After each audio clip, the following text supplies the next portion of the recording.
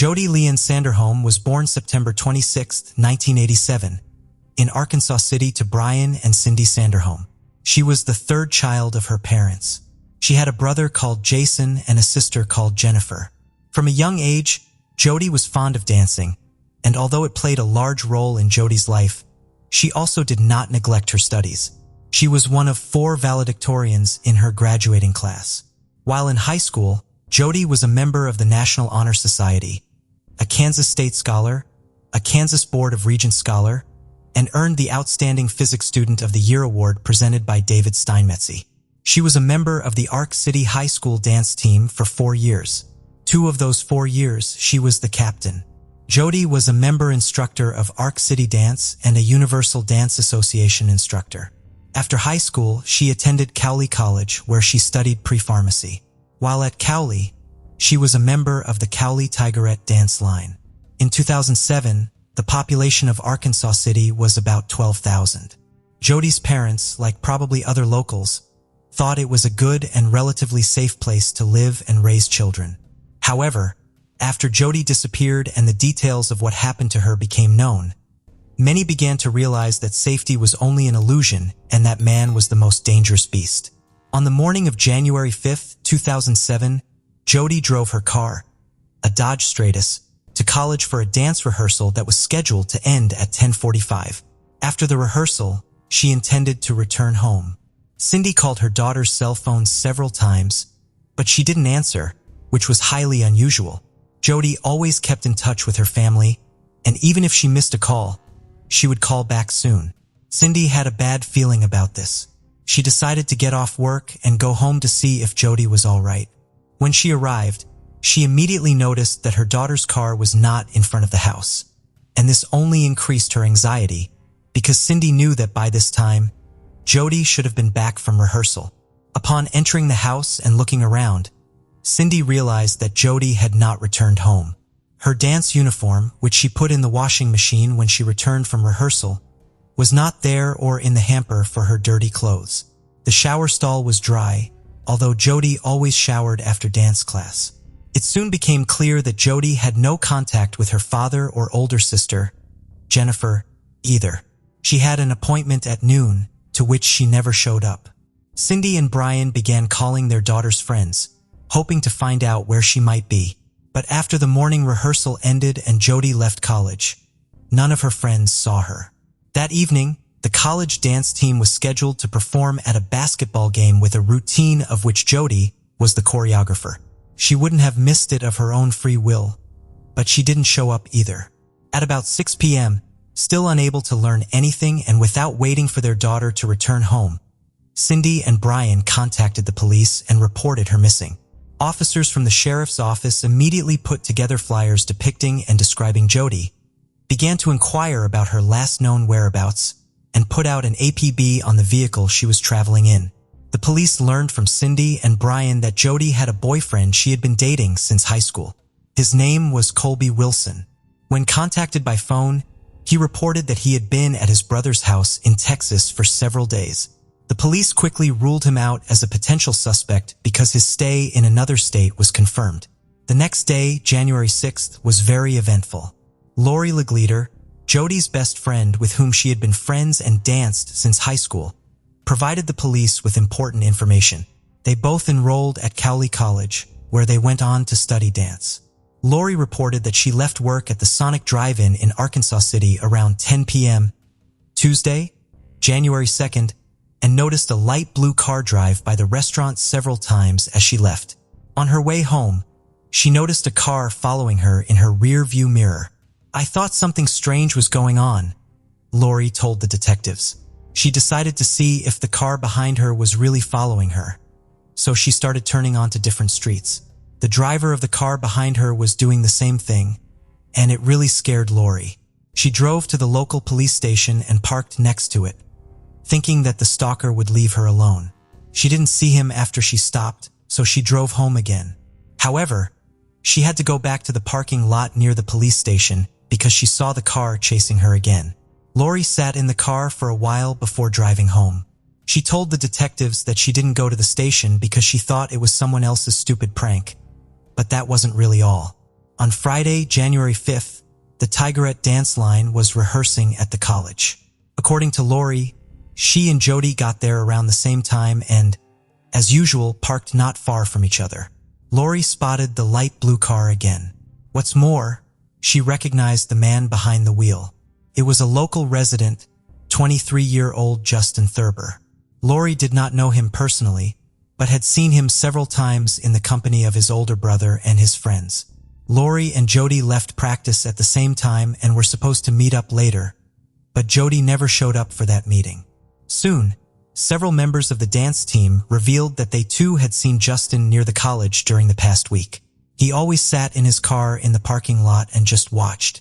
Within the first 24 hours of Jody's disappearance, police had driven all over the city but could not find her car. Arkansas City is surrounded by fields and wooded areas. They brought in a fixed-wing aircraft to search the area from the air. The car was more difficult to hide than a person because of its size, so the police hoped to be able to see Jody's car from the air. It was determined that the last time her cell phone signal was received, it was from a cell tower located near the Kaw Wildlife Area. This is a vast, wooded area along the Arkansas River. At this point in the investigation, only one person, Justin Eugene Thurber, who was identified by Lori Legleader and other members of the dance group, was considered as a person who might be involved in the disappearance of Jody Sanderholm. It is important to note here that despite his young age, Thurber was well known to the police. 3 years earlier, in 2004, he had been charged with illegal possession of banned substances. He eventually received a suspended sentence and was released. 3 months after that, he was arrested for theft and probation violation. In October 2005, he was charged with disorderly conduct. 3 months later, he was arrested for petty theft and again found to be in possession of a controlled substance. On December 31st, 2006, which was just 6 days before Jody disappeared, Thurber was arrested again for theft. That same day, after paying a $3,000 bail, he was free. Having had a merry New Year's Eve, the next day, January 1st, he began impersonating a police officer and disrupting public order. When the real cops came for him, Thurber complained of chest pain and was taken to the hospital instead of the station.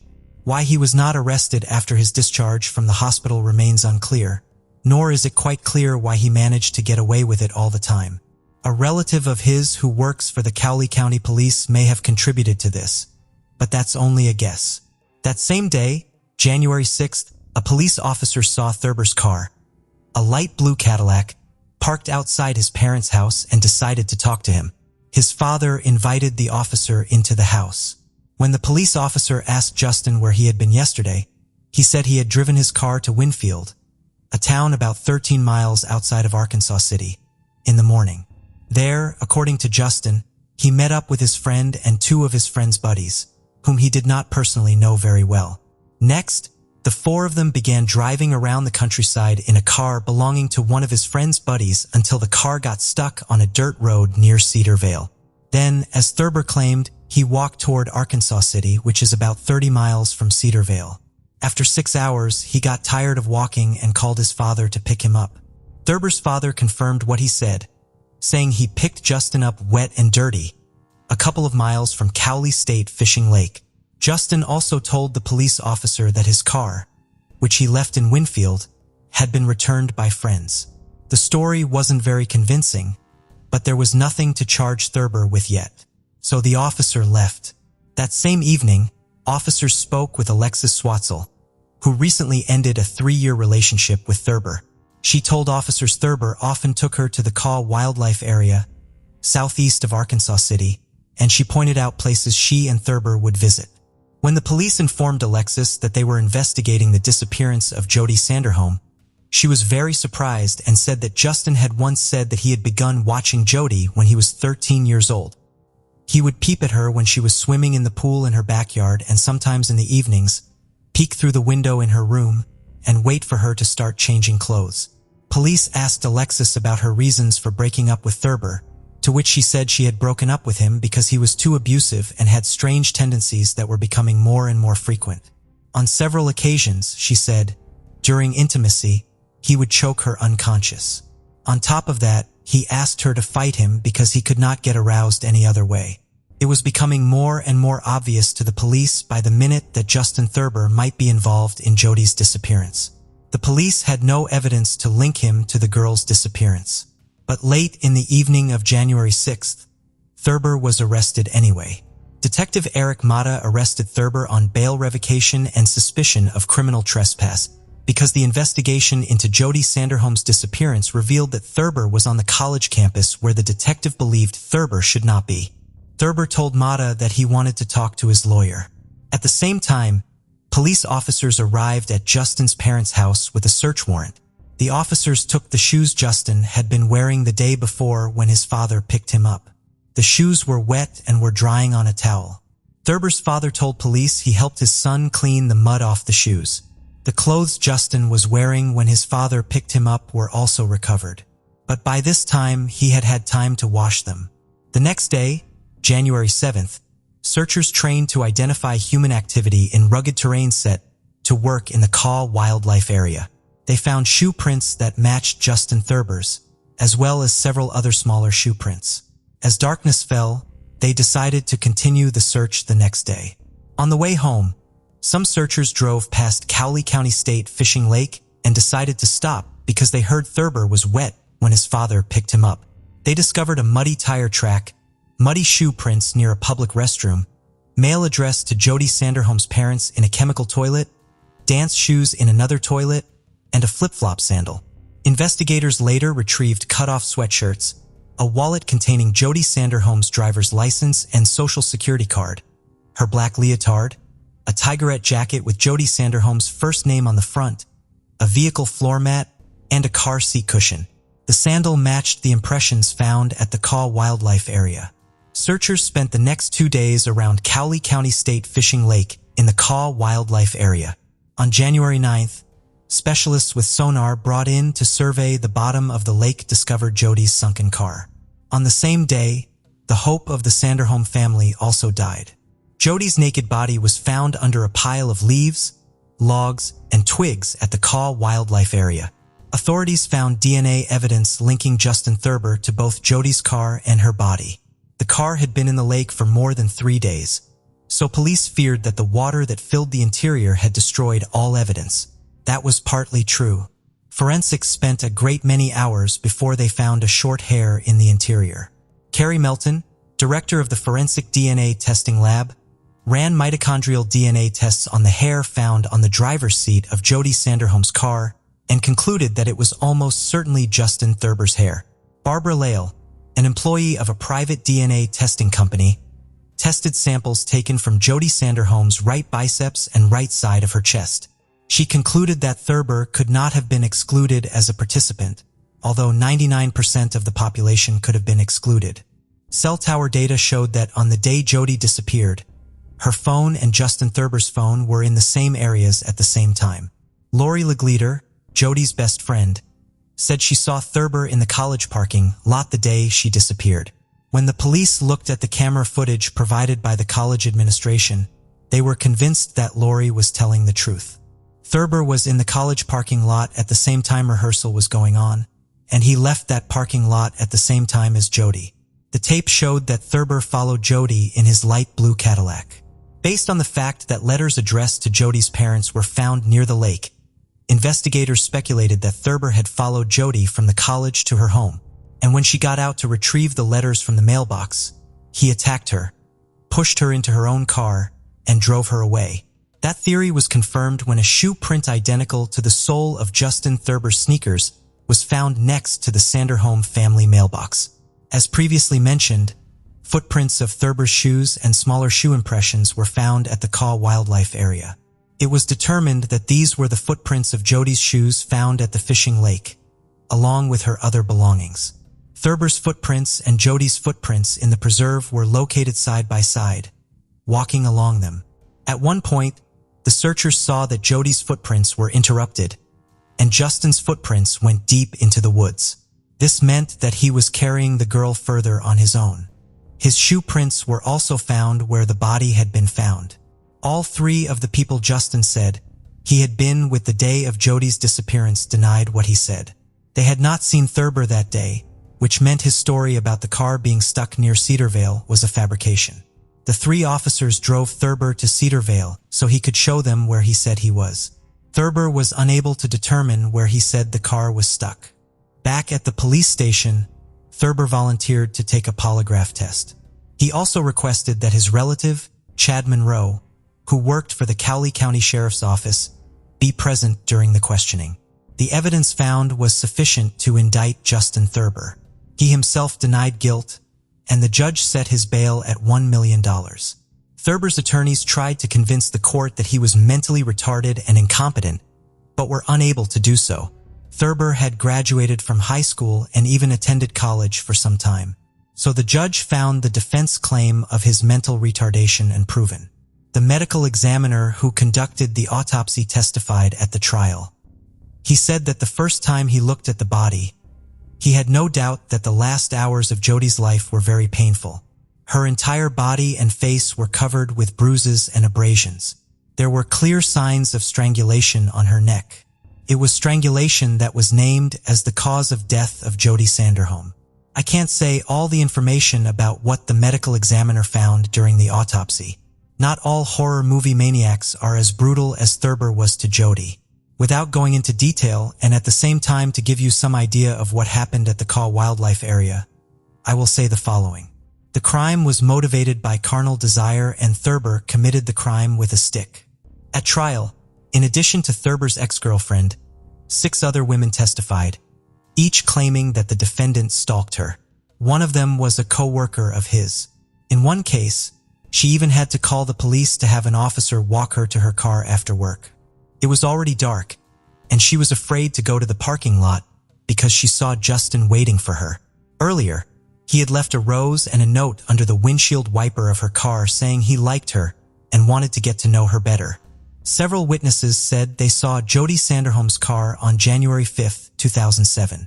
Carrie Morris, a friend of Jody's, noticed that Jody was sitting in the passenger seat as their cars passed each other in Arkansas City shortly after noon. Morris reported that the man behind the wheel of Jody's car appeared to be a large man. She called Jody's cell phone, but received no answer. 2 other women reported seeing a vehicle that looked like Jody Sanderholm's car while driving on a dirt road south of Arkansas City around 3 p.m. One of them said the driver was Thurber and identified him in court.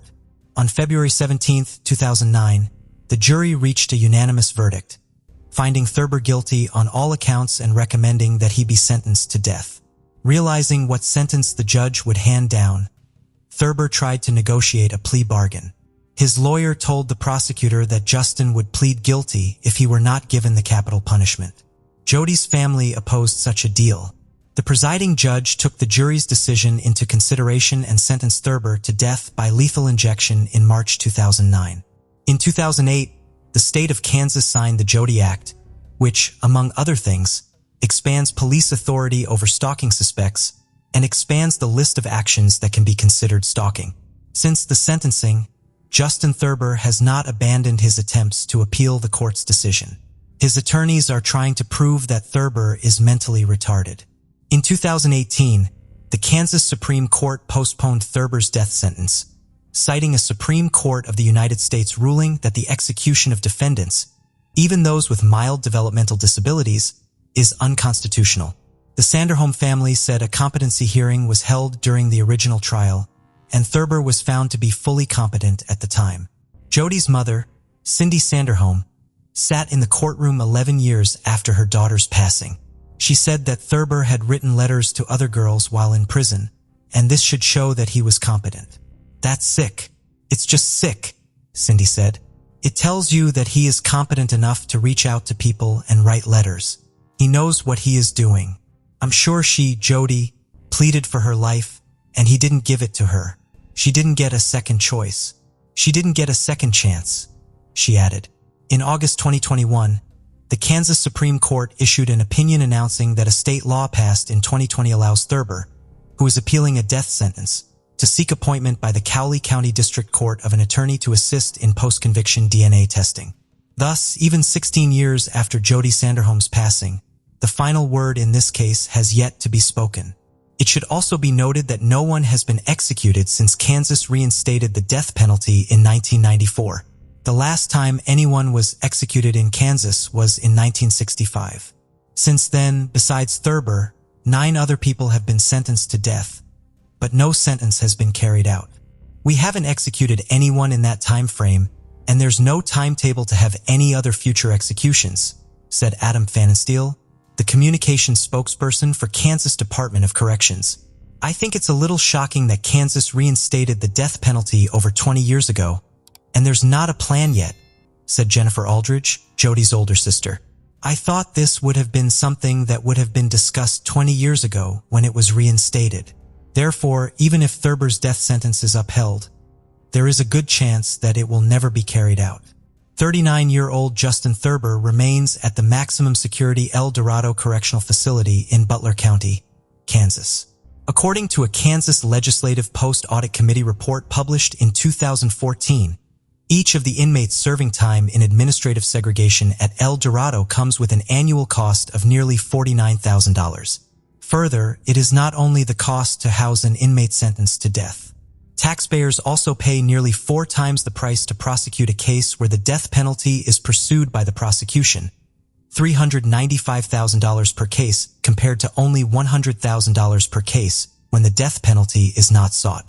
For the Sandrums, taxes are added insult to an unbearable injury and a grueling wait for justice in the case of their daughter Jody. It hurts me so bad every week when I see my paycheck and I know I'm paying tax money to feed him, said Brian Sanderholm. Death is what he deserves and that's what the law stated, said Cindy Sanderholm. So we need to get the law fixed so we can use it. If it was your daughter, your son, it was our daughter. What would you want to have happen? Asked Brian Sanderholm. Most regrettably, Cynthia and Sanderholm, Jody's mother, passed away on December 2, 2022, at the age of 63. On March 12, 2018, 30-year-old Jeff Shepard stopped to enjoy a meal at Missy's Bar in Winfield, Tennessee.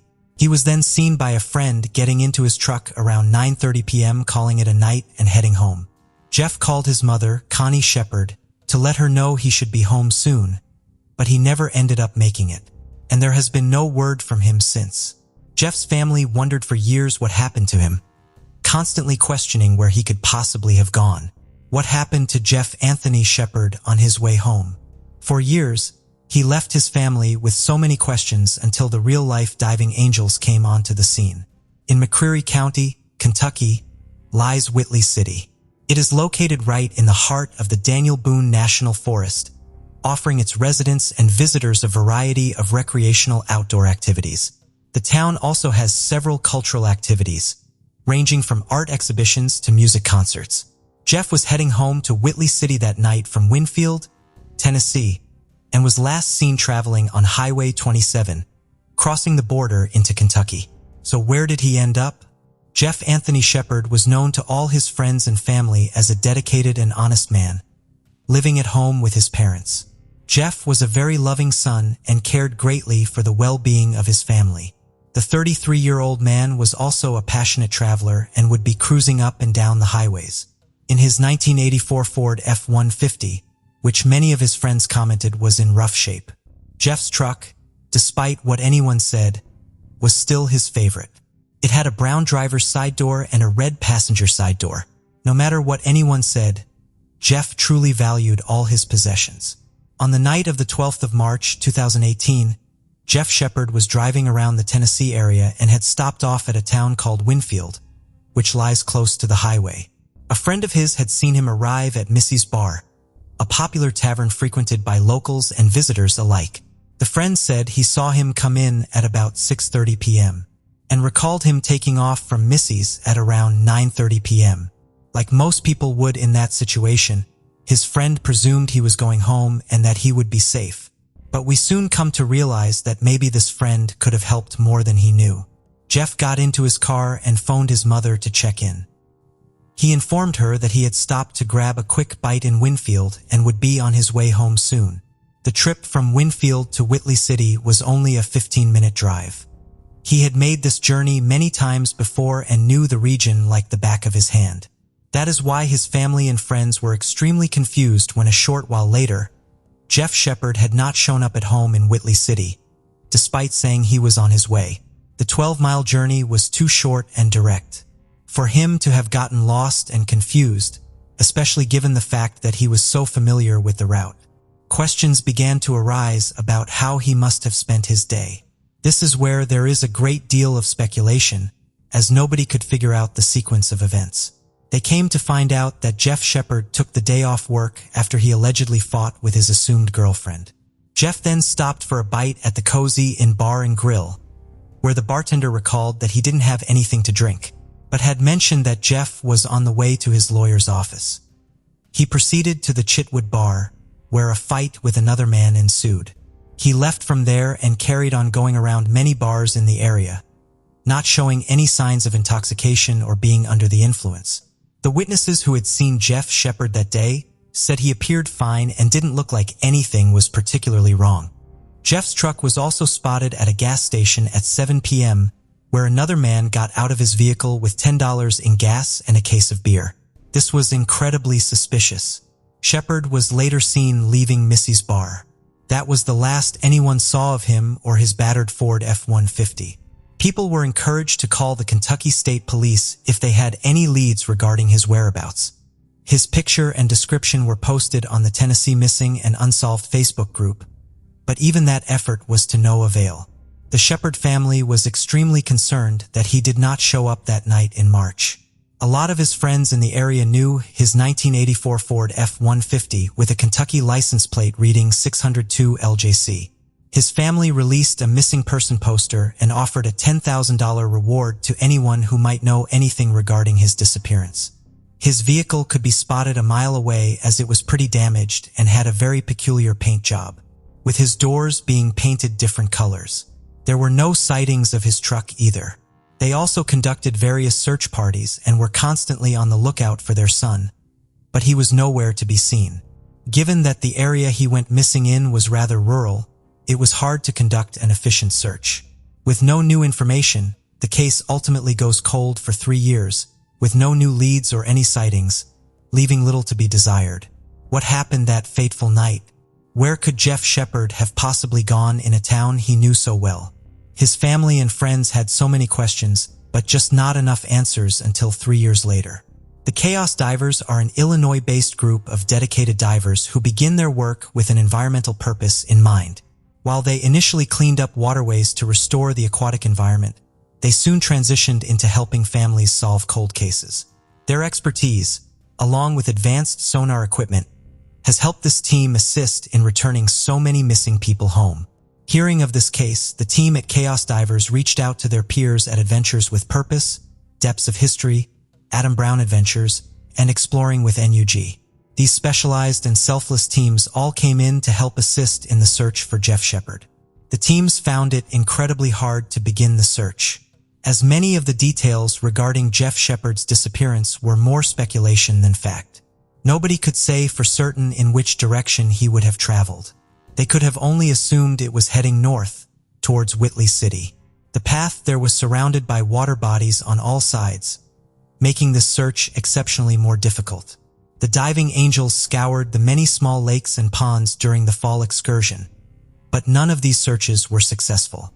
The Chaos Divers made a return trip to Kentucky on the December 5, 2021 at the request of his family and friends. His family had received new information regarding a pond near a rock quarry off Highway 27 near Struck, Kentucky.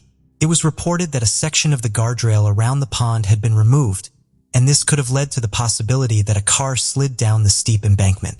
Since there was no guardrail, they couldn't say for certain if a car had driven through the area. The team began the search of the pond after receiving the landowner's permission. Just a short while into the search, the team detected a signal on their sonar equipment and were alerted of a truck lying 15 feet beneath the surface. Once the family confirmed that the description matched Jeff Shepard's truck, the team prepared for a dive. The team, with the help of Graham, navigated around the truck, confirming to them that it was Jeff Shepard's pickup truck that had been submerged deep in the pond. The divers swam to the front to see if anyone was inside, but all 4 windows of the truck had been rolled up, so they were unable to see clearly. The sheriff's department quickly arrived on the scene after the team notified the family of their findings. With the assistance of Gino's heavy-duty towing and recovery, the pickup truck was soon rigged for its extraction from the pond. The Chaos Divers assisted the towing company, as they were more than aware of how the car was situated under the water. Inside the truck, they discovered human remains. A coroner was present on the scene and pronounced the individual deceased at 2:09 p.m. Eastern Standard Time on the 5th of December, 2021. The vehicle was transported to the Pine Knot Fire Department, where the body could be removed from the vehicle. The remains were then sent to the McCreary County Coroner's Office for identification. A few days later, the reports were conclusive. Those were the remains of Jeff Anthony Shepard, who was 33 years old when he went missing in March 2018. Years later, his family finally had closure and can lay his body to rest. An investigation was conducted as to the cause of the death. The Kentucky State Police ruled the death accidental. They suspect that he would have veered off US Highway 27 and crashed into the pond. It can't be easy for families like the Shepard family that wait for years for any sign of their loved one. We thank the Chaos Divers for their dedication to helping families finally get the answers they have been looking for. Their selfless assistance has brought so many families across the country the solace that law enforcement has been unable to provide. It is because of them that the family of Jeff Anthony Shepard can move on, finally knowing what happened to their beloved son. Mysterious Hook salutes the Chaos Divers team and the law enforcement officials involved for their commitment. Rarely do we come across such selfless individuals who strive persistently to bring closure to the family of the disappeared ones. You will always have our support, Chaos Divers, and all real-life heroes. Due to the people's outstanding support, such volunteer search teams have solved many missing person cold cases. So let's make it possible for the selfless heroes to provide free services to families and law enforcement by watching their documentaries, buying their merchandise, and donating.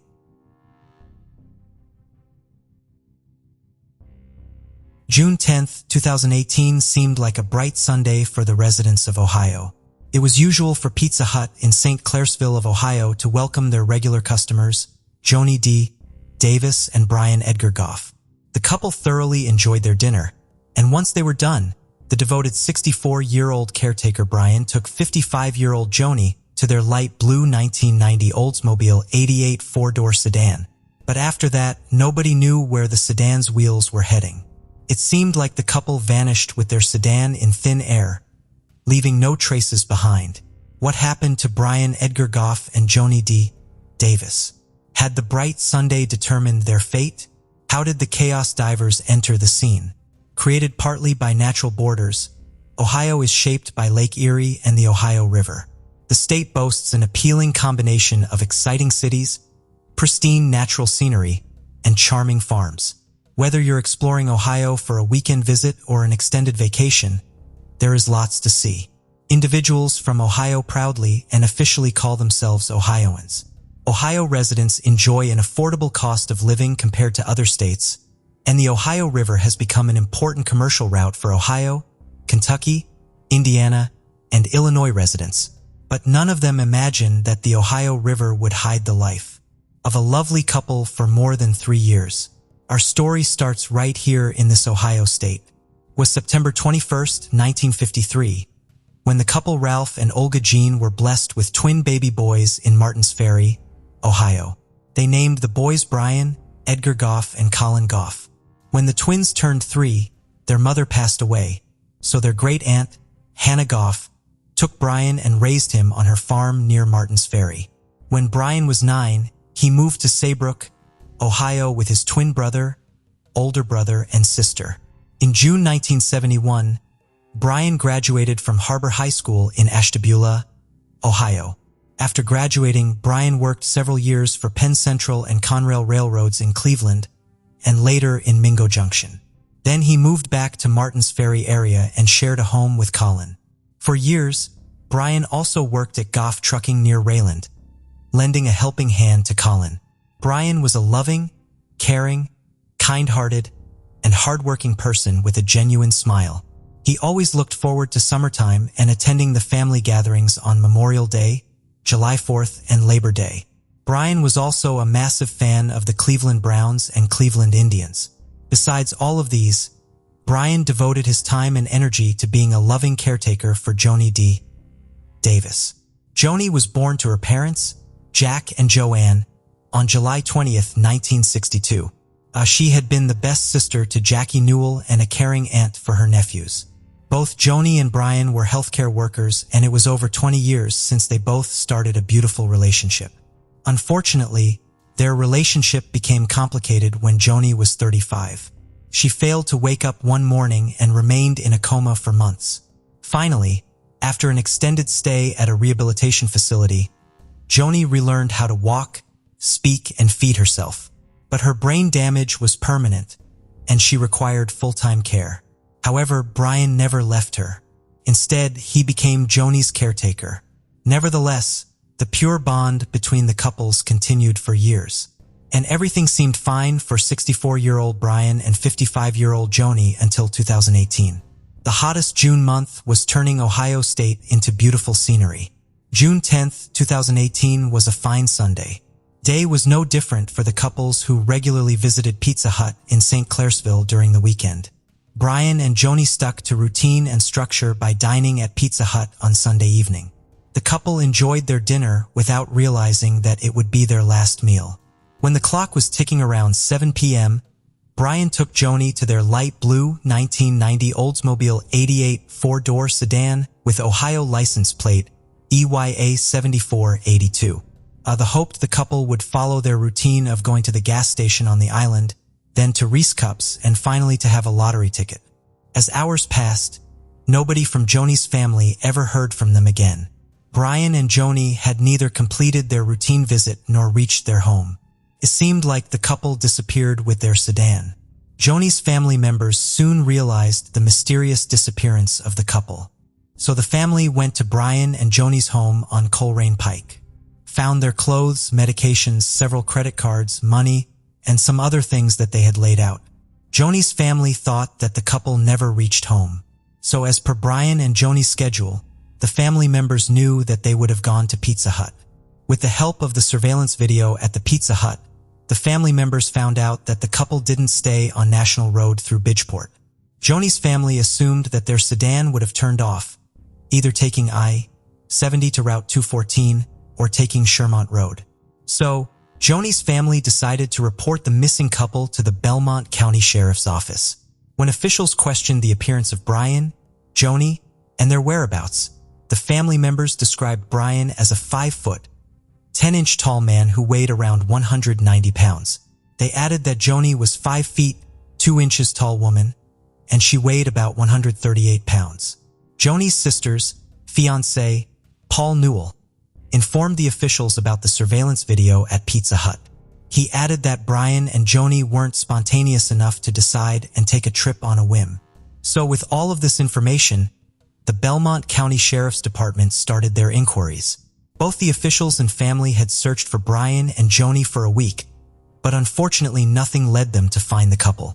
People in Ohio started to speculate that it was a murder-suicide, but the family never believed that. The scope was widening for the missing people.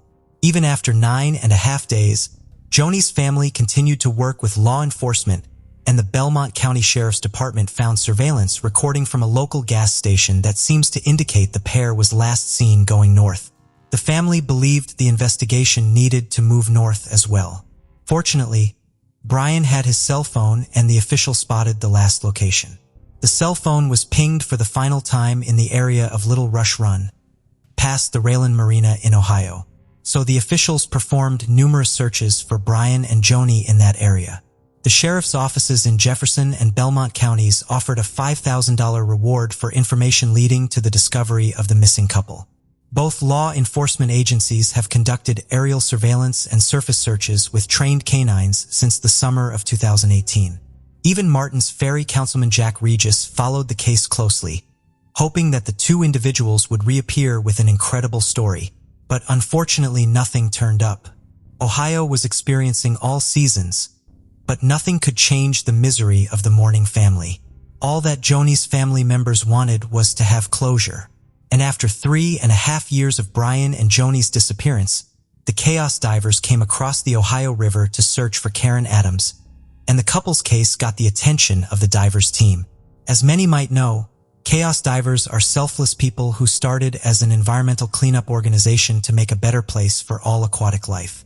And later, they transformed into selfless heroes. The diving angels always believed that many people disappearing with a vehicle for a long time had a very high potential of being found in the water. So initially, they saw people by accident, and now they're doing it purposefully, traveling the country and trying to bring closure to families of the vanished ones, which is the ultimate aim. After hearing about Brian and Joni, the divers team in the area didn't want to return to Illinois before trying to find them.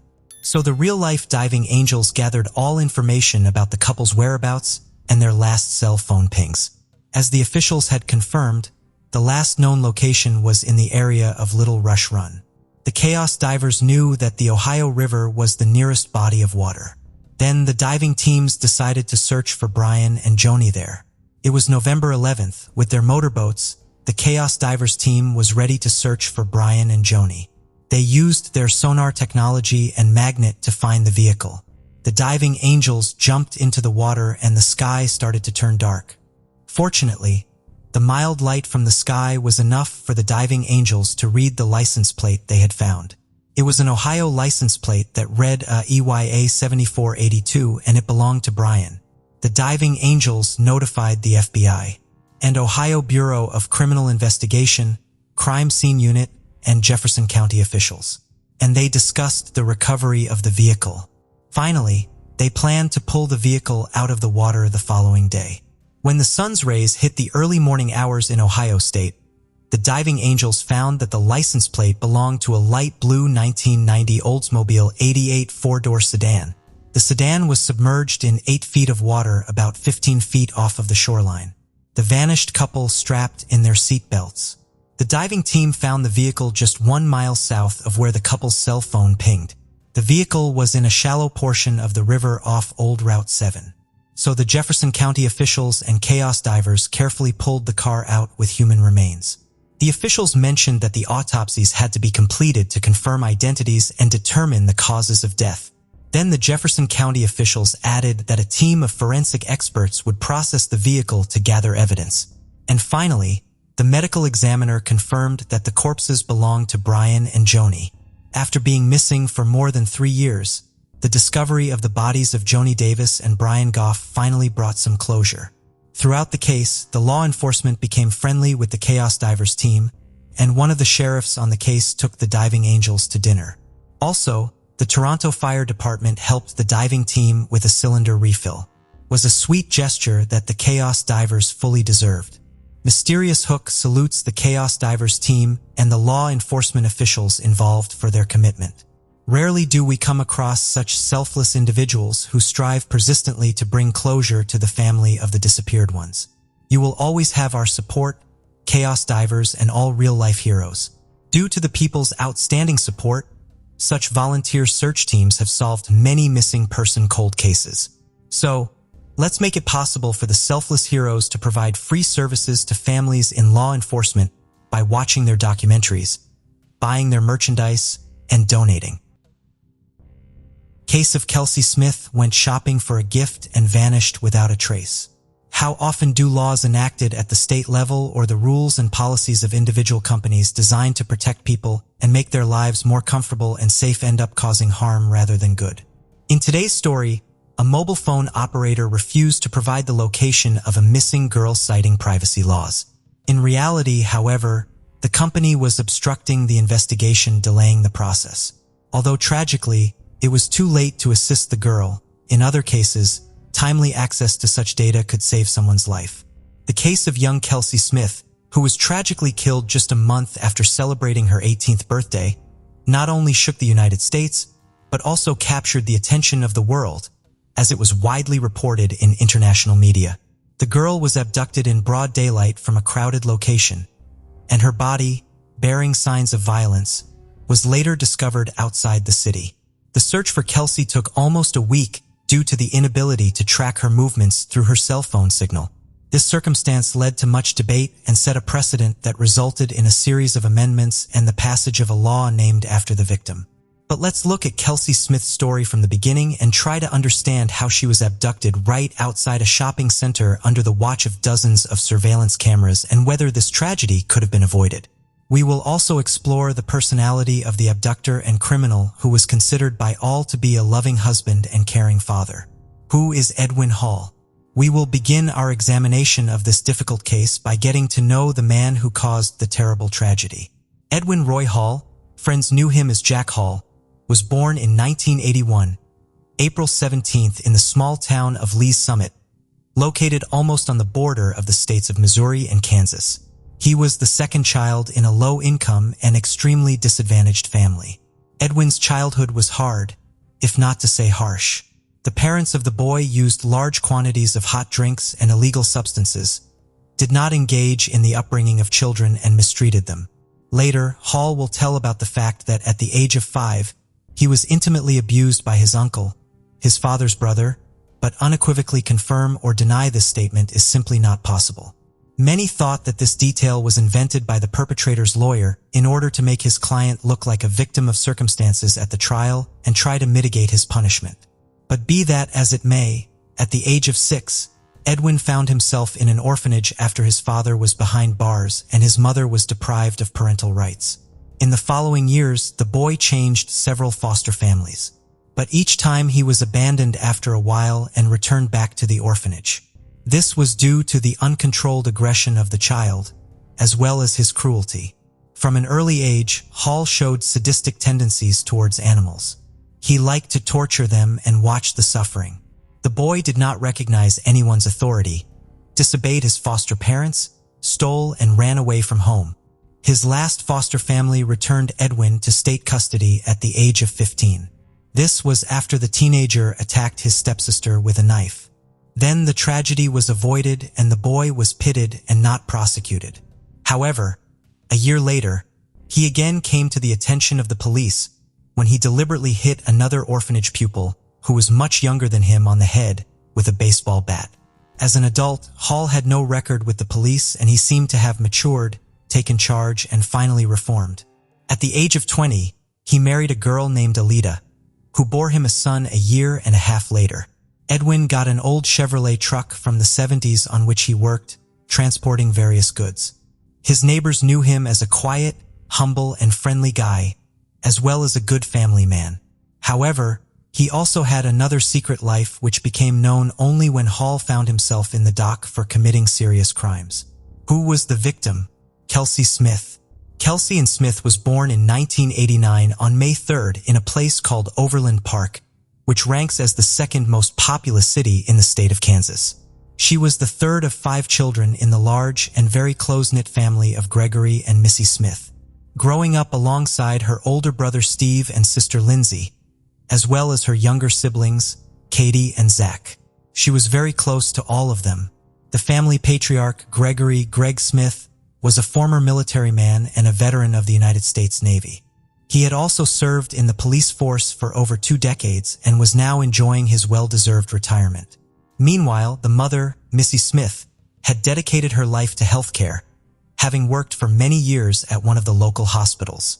Despite her professional commitments, she brilliantly managed to balance work with raising her numerous offspring and creating a cozy home environment.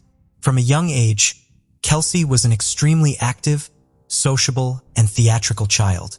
She loved to sing and dance, attended a music school where she learned to play several musical instruments, and eagerly participated in school theater productions and choir performances.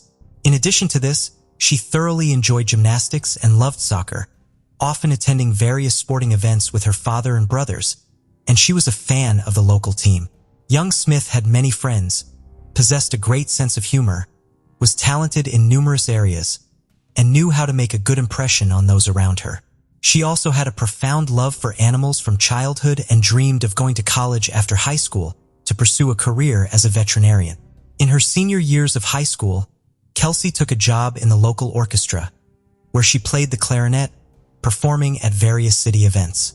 This job allowed her to save enough money in just 6 months to buy her first personal car, a 1987 Buick Regal.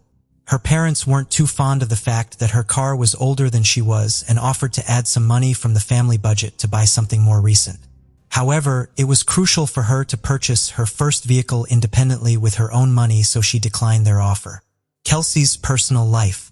It's noteworthy that the Smiths went to great lengths to provide their children with the very best, caring deeply for their education and holistic development. However, they also raised their offspring with a strong sense of discipline. There were clear rules in their home that everyone abided by without exception. For instance, all family members were expected to share their plans and always inform each other if they were going to be out late. Kelsey herself was always punctual, never late, and would always tell her parents where she was going and who she was spending time with. During her senior year, Kelsey entered into a romantic relationship with a young man named John Beersmith.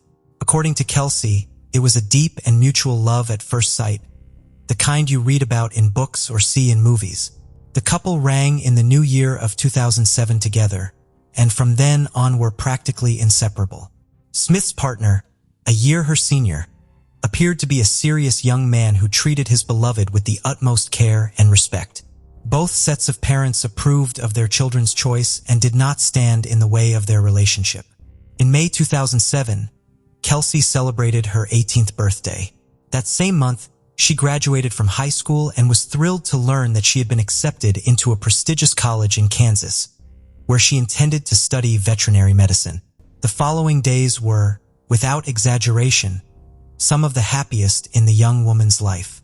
Unfortunately, they turned out to be her last. Smith, along with her classmates, attended parties celebrating the end of high school. She had a great time, fully enjoying the festive atmosphere as well as romantic dates with her beloved.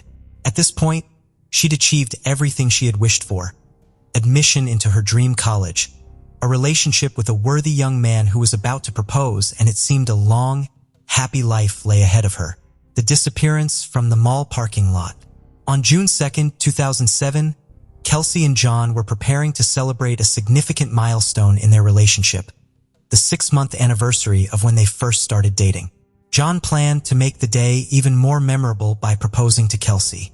He had a beautiful engagement ring custom made for the occasion, reserved a table for 2 at a restaurant, and the evening was set to be one of the happiest in their lives together. Kelsey was unaware of the upcoming proposal, which was meant to be a surprise. She too was looking for a gift to surprise and delight John. That Saturday, she styled her hair, did her makeup, dressed up, and drove her car to a Target Corporation store located just 10 minutes from her home. There was no indication of the tragedy that was about to unfold.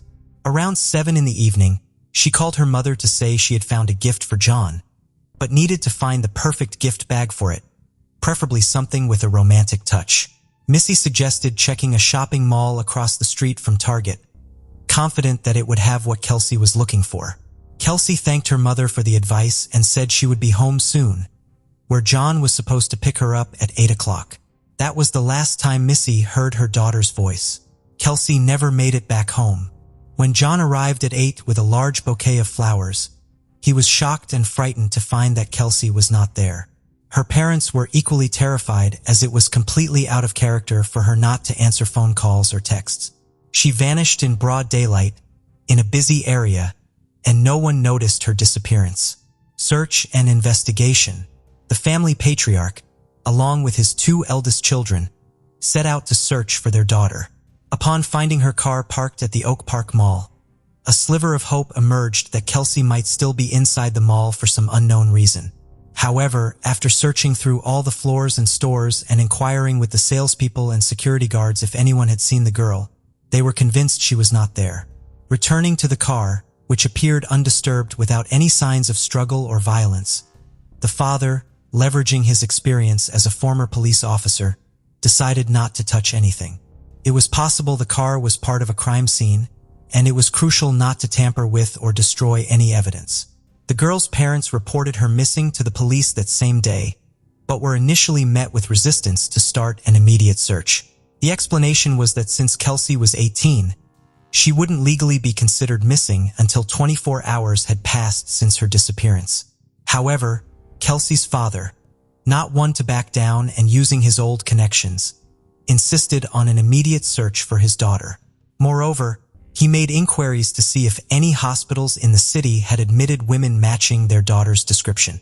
Kelsey's family and fiancé were interviewed that same evening to establish their alibis and rule them out as suspects, a standard procedure. Surveillance footage from the Target store was also reviewed. The videos showed Kelsey entering the store, browsing the selection, making a purchase, and then, while talking on the phone, leaving the building to head back to her car.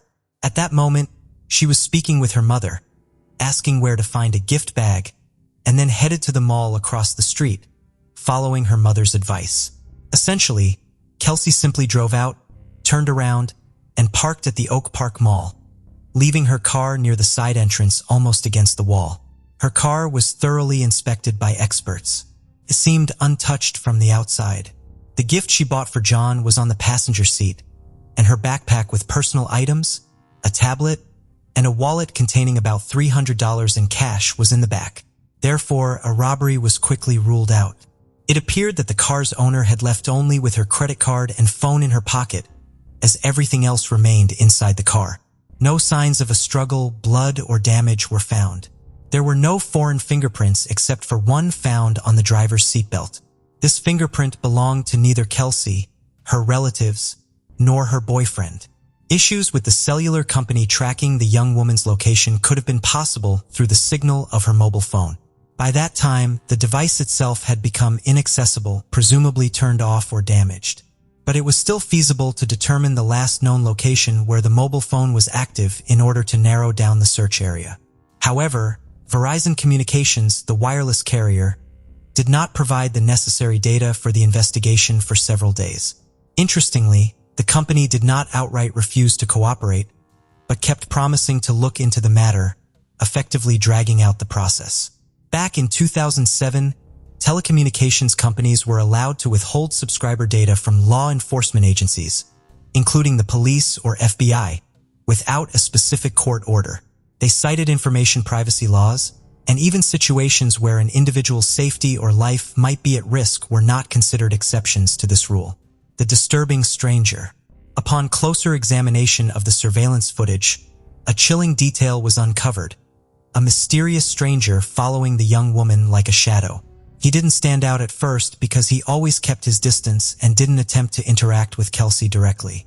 The individual in question was a Caucasian male with a pleasant appearance, estimated to be in his early to mid-20s, sporting dark, short hair and a light beard. He was dressed casually in a plain white t-shirt and black shorts. He entered the Target store roughly half a minute after the girl and followed her through all the sections she visited, maintaining a few meters distance. This mysterious man was captured by all the surveillance cameras that Kelsey was, and later during the trial, the prosecution would describe his behavior as akin to a predator stalking its prey. He exited the store after her and, making sure she was alone, followed her to the Oak Park parking lot in his Chevrolet truck. It's likely that he overheard her conversation with her mother, as he was practically behind Kelsey while she was on the phone. Consequently, he could have learned about her plans to visit the neighboring shopping center. Unfortunately, Smith parked her car in a poorly chosen spot next to a side door near a storage area where shadows fell on her vehicle, making it nearly impossible to discern the events on the camera footage. While Kelsey was still seated in her car, the truck parked beside her and a figure in a white t-shirt and black shorts emerged. The stranger approached her from the driver's side door, and then she, presumably under the threat of harm, got behind the wheel of his Chevrolet, and the truck drove off in an unknown direction. Media attention and alert viewers. From the outset, largely thanks to the connections and experience of Gregory Smith, the media were enlisted to cover the investigation. Smith knew that the louder the outcry, the broader the coverage in the press and the more attention it garnered, the higher the chances of finding their daughter and bringing the responsible party to justice. The story was covered not only in national but also in international media, including on the popular show, America's Most Wanted. When surveillance footage revealed the mysterious stranger following Kelsey, the frame showing his face most clearly were broadcasted in the news, urging people to come forward if they recognized the man. That same evening, the police began receiving calls from individuals claiming to have seen the man in various cities and even states. Although most of these reports were mistaken, each one was investigated. On June 6th, a Mrs. Miguez called in, stating she recognized her neighbor Edwin Hall in the footage, but had hesitated to report it initially due to doubt. However, seeing the information about the truck removed her last doubts, as Hall also drove an old 1970s Chevrolet. Horrific discovery at Longview Lake and suspect's arrest. On June 6, 2007, several pivotal events unfolded in the investigation. First, crucial data regarding the last known location of Kelsey's phone signal was finally obtained from Verizon Communications. A specific cell tower was pinpointed, establishing a search radius of 1.1 miles to the north of it. Within 45 minutes of initiating the search operation, the lifeless body of the young woman was found in the brush near Longview Lake, Missouri, approximately 30 miles from where she was abducted. The medical examiners determined that Kelsey had been brutally assaulted and then strangled with her own belt. Her body was discovered without clothing, except for the belt used to strangle her around her neck. After the assault, her body was callously discarded in the bushes, covered only slightly with dry branches. Over the 4 days it lay exposed under the June sun, her remains were severely disfigured by insects and other wildlife, making them almost unrecognizable. Nonetheless, the examination confirmed that it was indeed the missing young Smith. The second significant event on June 6th was the arrest of the main suspect. When the police arrived at the man's residence, he was completely calm, acknowledged that his friends called him Jack, and agreed to provide a statement at the station. During the interrogation, he identified himself as Edwin Hall. Presented with a photograph of Kelsey, he claimed never to have seen her before. Even when shown surveillance footage from the store showing him following her closely, he insisted he had merely visited Target for personal reasons and hadn't noticed her, suggesting their appearance together in the footage was merely a bizarre coincidence. Irrefutable evidence. Edwin was evidently confident that he had left no trace behind and could not be held accountable. His van was clean. He had assaulted the victim using contraception, leaving no DNA evidence. Therefore, he agreed to cooperate with the investigation and even volunteered to provide his DNA sample and fingerprints. Crucially, his thumbprint matched the one found on the victim's car's seatbelt buckle, becoming a pivotal piece of evidence. Furthermore, during a thorough search of the suspect's home, a hidden air pistol was found with Kelsey's DNA traces on the barrel. Hall was then officially charged with the abduction, assault, and termination of the young woman's life. Since Smith was abducted in Kansas, but her lifeless body was discovered in Missouri, there arose a question regarding the jurisdiction of the trial. This detail was significantly important as it affected the potential sentence. In Missouri, the perpetrator faced the possibility of capital punishment. Trial and sentence Hall, realizing the gravity of his situation and after consulting with his attorney, decided to fully admit his guilt and disclose the details and circumstances of the crime in hopes of receiving a lesser sentence. He recounted how he noticed Kelsey as she entered the store and followed her. Indeed, he was close enough to overhear her phone conversation, learning she planned to visit the shopping center across the street. Edwin made sure Smith was alone, followed her to the adjacent parking lot, and was pleased when she parked in a secluded spot near the side entrance. He then emerged from his vehicle, armed with a pistol, waited for the victim to return to her car, and prevented her from closing the door as she was getting into the driver's seat. Apparently, she had already pulled out the seatbelt, but he didn't allow her to buckle up, leaving his print on it in the process. Next, he placed the pistol barrel in the unfortunate girl's mouth, coercing her to move to his vehicle's driver's seat under threat. Smith drove Hall's truck while he aimed the weapon at her and instructed where to go. Upon reaching a remote area at the state border, he ordered her out of the truck and led her into the bushes. There, he assaulted her, strangled her with the belt, and covered her body with branches. He meticulously cleaned his truck's cabin to remove any fingerprints, DNA, or other traces of the victim's presence, and hid the pistol with Kelsey's saliva at his home, confident it would never be found. When asked about his motive, he couldn't provide a clear explanation, but indifferently commented on her fantastic legs. Additionally, during the investigation, several other women and girls victimized by Hall's actions came forward. As a result, charges of corruption of a minor, harassment, and theft were added to the existing accusations. Hall's lawyer attempted to appeal to the court's sympathy, highlighting his client's troubled childhood, past victimhood, lack of parental care, and upbringing in foster homes. The defense's efforts were in vain, but the lawyer was the only person to speak on the defendant's behalf and support him. Hall's wife was present at all court hearings, but sat quietly in a corner, refusing to defend her husband. On September 16, 2008, Johnson County's judge sentenced Edwin Roy Hall to 27 life sentences without the possibility of parole.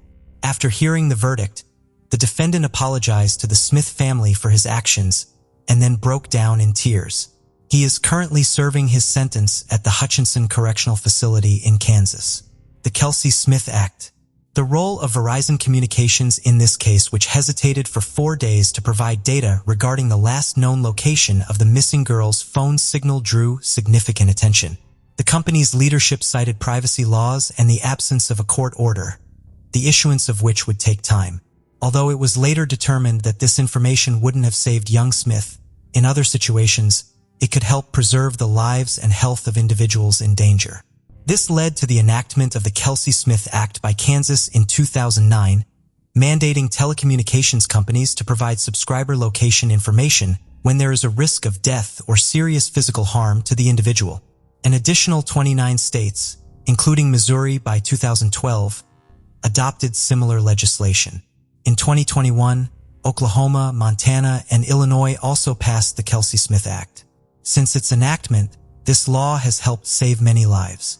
For instance, in 2015 in Lenexa, Kansas, when a perpetrator stole a car with a child in a car seat, the police were able to locate him within half an hour by tracking the signal from the mobile phone left on the back seat by the child's mother. In 2021 in Illinois, a similar method was used to find a young woman who attempted to end her life by jumping off a cliff. She survived, albeit with significant injuries. Prompt tracking of her phone signal led to her rescue. Interestingly, the Smith family never requested the law to be named after their deceased daughter. The idea came from Kansas Senator Rob Olson. Following their tragedy, the girl's family established a foundation to assist crime victims and continues to raise awareness among young people about safety issues.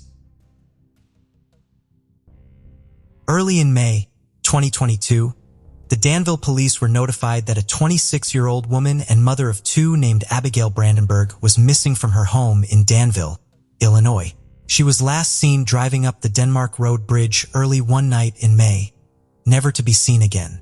Her fiancé and 2 young children were worried for days regarding her whereabouts, knowing that her mental health had gotten worse in the days before she went missing. Several days passed by and the family grew increasingly concerned for her well-being. It appeared that she had driven off into the night, leaving no trace behind, or so they thought. What happened to Abigail Brandenburg? Where did she go that fateful Thursday night? What brought the chaos divers onto the scene to help? Nestled in the heart of Vermilion River County, Illinois lies Danville, a quiet little town home to an abundance of parks and recreational activities available for its small number of residents.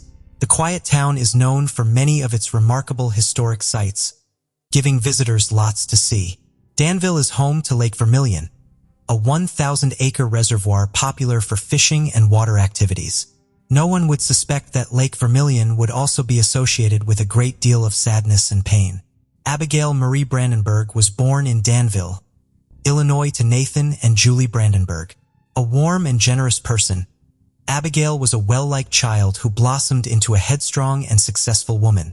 She graduated from her high school Schlarman Academy in 2013 and went on to obtain her bachelor's degree from Indiana State University and Danville Area Community College.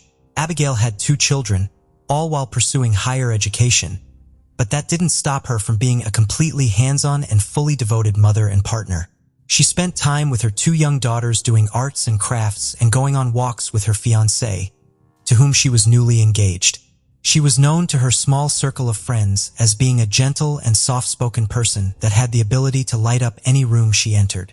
Unfortunately for Abigail, she had demons of her own, with many circumstances in her life causing a rapid deterioration of her mental health. Her worsening mental health became too much of a burden for her to bear, and she began to have thoughts of taking her own life. Despite the love and support from her family, Abigail's suicidal thoughts grew increasingly worse.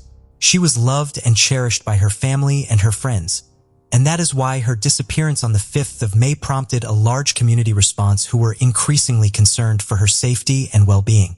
With her mental health getting to the point it did, many had reasons to be concerned. Groups gathered together in the town of Danville, praying for her safe return. Abigail was reported to have been last seen at 8 p.m. on the 5th, driving across Denmark Road Bridge above the lake. Surveillance cameras had captured her 2009 red Ford Edge going north over Lake Vermilion. The Chaos Divers, a team of rescue divers, were alerted by a subscriber on their channel of Abby's disappearance.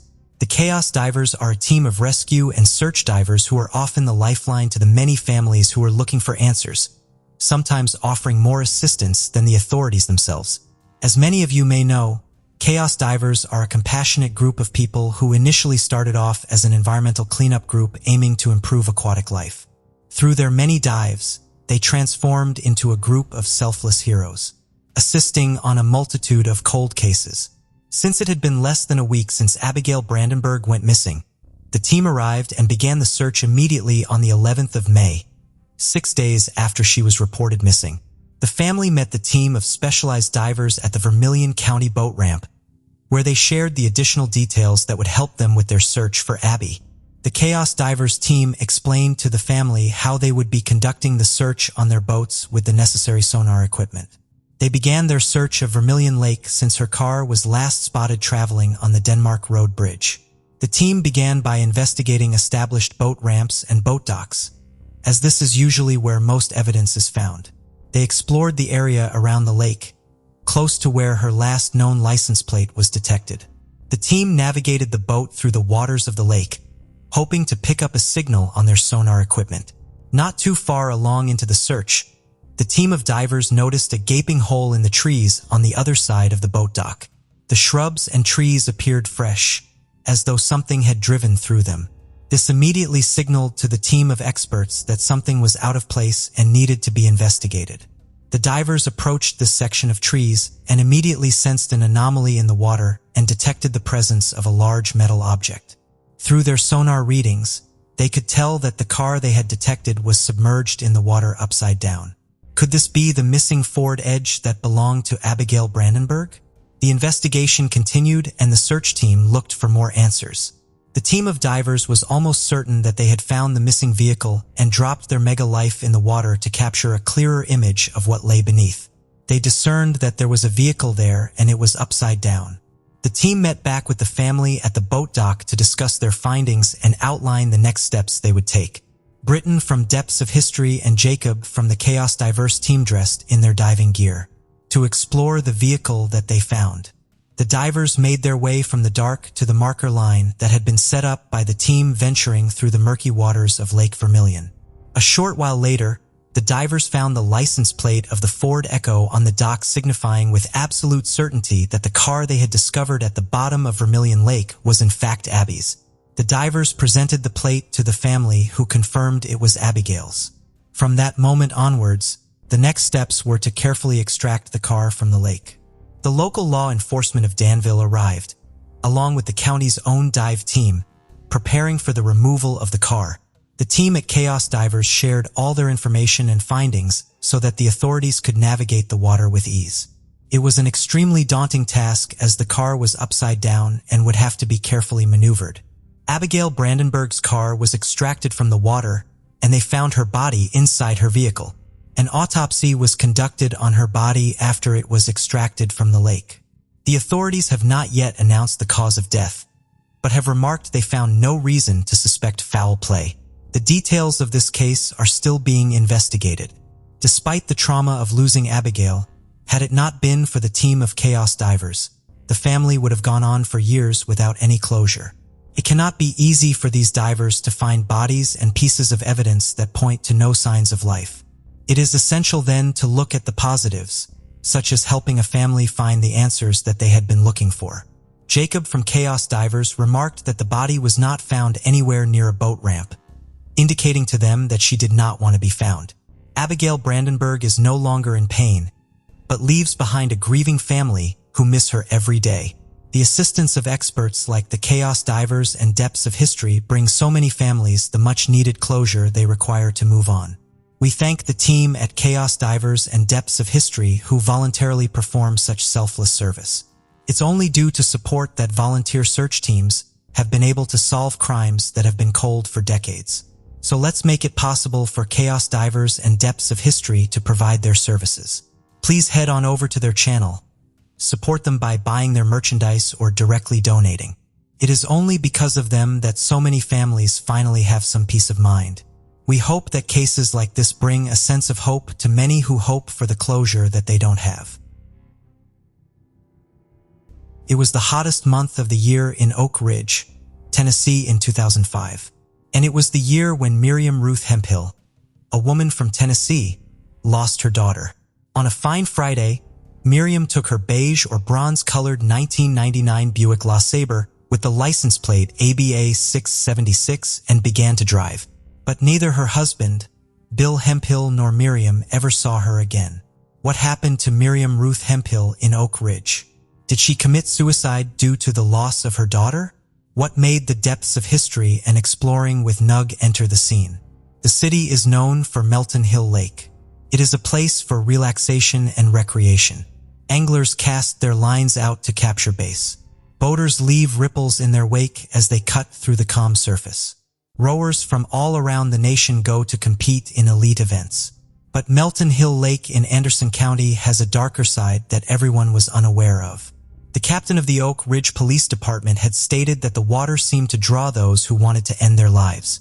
It is an excellent location to visit and sit by the lake. But regrettably, in a few instances, people have met their end in that lake.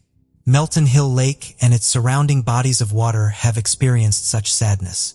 Many police forces near a lake or river reported crimes or fatalities connected to the water. However, Melton Hill Lake has received more coverage recently. A newborn boy's body with his umbilical cord still connected was discovered in the lake in March 2020. The mother was suspected to be a young girl. In addition, authorities were aware of at least a half-dozen automobiles currently resting on the bottom of the lake, frequently used as a disposal site for unwanted or stolen vehicles. Many times, cars drove off the road and landed right into the water. While Melton Hill Lake was turning into a crime spot, another discovery connected to the 16-year-old mysterious disappearance case was made. It was the disappearance of Miriam Hemphill. Who was Miriam Hemphill, and how did she end up in the lake? Well, to find out, we need to go back to 2005. Our story began in Oak Ridge, Tennessee. 84-year-old Miriam Hemphill was living in there with her husband, Bill Hemphill. They both had a daughter named Connie Shapek. Everything seemed fine for the Hemphill family until 2005. Unfortunately, the initial months of 2005 brought misfortune to the family. First, Bill and Miriam's 44-year-old daughter, Connie Shapek, was found dead inside her car in a university parking lot in Dayton, Ohio. The news devastated Miriam and her family, and Connie's death was ruled a suicide. A few months later, on July 22, 2005, and months after Connie's demise, Miriam took her 1999 Buick LeSabre with the license plate number ABA 676 and began driving. Hours passed, but there were still no signs of Miriam or her car. Bill Hemphill thought she had vanished and immediately reported her disappearance to the officials. Bill contacted the officials and told them that Miriam had disappeared with her car. He added that Miriam left behind a note for him that alluded to their daughter who had committed suicide 3 months earlier. When the officials questioned Bill about Miriam and her whereabouts, Bill described her as an exceptionally social individual with an excellent memory who had been recently active in her church. Bill mentioned that Miriam didn't take extra clothes during her disappearance. All that she had was very little money. Also, while going through her activities, they noticed that Miriam had made no transactions using her bank accounts or credit cards since her disappearance. After gathering all the information, the officials marked Miriam's case as a disappearance case and started to look for Miriam and her car.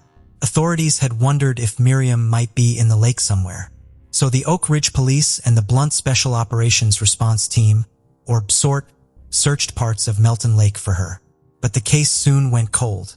Years went by, but there were no leads. Miriam's husband left their Kingsley Road house.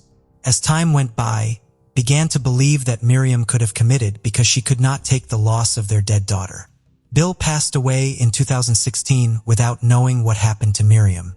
After 16 years, the case was still unsolved. Nobody anticipated the unexpected turn this disappearance case would take in November 2021. Exploring with Nug and Depths of History were behind the new leads. Exploring with Nug. Exploring with Nug are compassionate people who started out as an environmental cleanup and later transformed into selfless heroes. These divers always believed that many people disappearing with their vehicles for an extended period had a high possibility of being found in nearby bodies of water. As a result, they were gaining an international reputation. While dedicating their time to finding missing people, Miriam Hemphill's case got their attention since Oak Ridge was close enough to North Georgia. They also thought that there were enough clues to solve the case. In Miriam's case, all the indicators showed the diving angels that she could be in a body of water. And so when they looked deeper into it, there was a big lake near town, and it was Melton Hill Lake. The Exploring with Nug team partnered with Depths of History while searching for Miriam and her vehicle. The diving angels used sonar, which can outline objects of interest resting on a bottom of a lake. Sonar revealed 4 vehicles of interest. Of the 4 cars, they hit pay dirt on the third one, which was 25 feet down. Unfortunately, it was not something people could spot from the surface with the naked eye. Zebra mussels, a notorious nuisance in Melton Hill Lake, had covered the vehicle. Nevertheless, it was a sure sign that the car had been there many years. Often the water seemed so cloudy that it was hard to see beyond a foot in front of you. A diver swam to one end, brushed away the mussels, and discovered an easily readable Tennessee license plate, ABA 676. It was Miriam's car. At that moment, the divers understood that they could find Miriam's car more easily than the police could since they had sonar technology. The diving team even had the luxury of hours and days of free time that the police might not have had. Once the vehicle was verified, the diving angels alerted Oak Ridge police. Miriam's car sagged under the weight of thousands of mussels as the tow truck pulled it out and put it on a truck. The rescuers had tried to lift the vehicle with airbags to counter the weight of the mussels. However, they tore apart as they were trying to bring them up. The official said they had never seen anything like that come out in one piece. Later that night, the entire crew pulled the car out of Melton Hill Lake with human remains. A 16-year-old mystery was finally solved with the discovery of a vehicle towed from a lake in Tennessee. Police in Oak Ridge also confirmed that the car was registered to 84-year-old Miriam Hemphill, who went missing in 2005. However, authorities can't be sure how the car ended up there. The officials applauded the divers for their work. Authorities said they were awaiting test results to see if the remains in the car were in fact Miriam Hemphill, in the hopes of finally giving her family some long-awaited answers about what happened to her. Mysterious Hook would like to honor the Depths of History and Exploring with Nug team for their dedication. It is infrequent to see such selfless people worldwide who tirelessly work to bring families closure. Search and recovery dive teams, including Depths of History and Exploring with Nug, had the chance to bring out closure to the families of disappeared loved ones lost underwater. Due to people's outstanding support, they are solving missing person cold cases. So let's make it possible for them to provide this free service to families and law enforcement by watching their documentaries, buying their merchandise, and donating.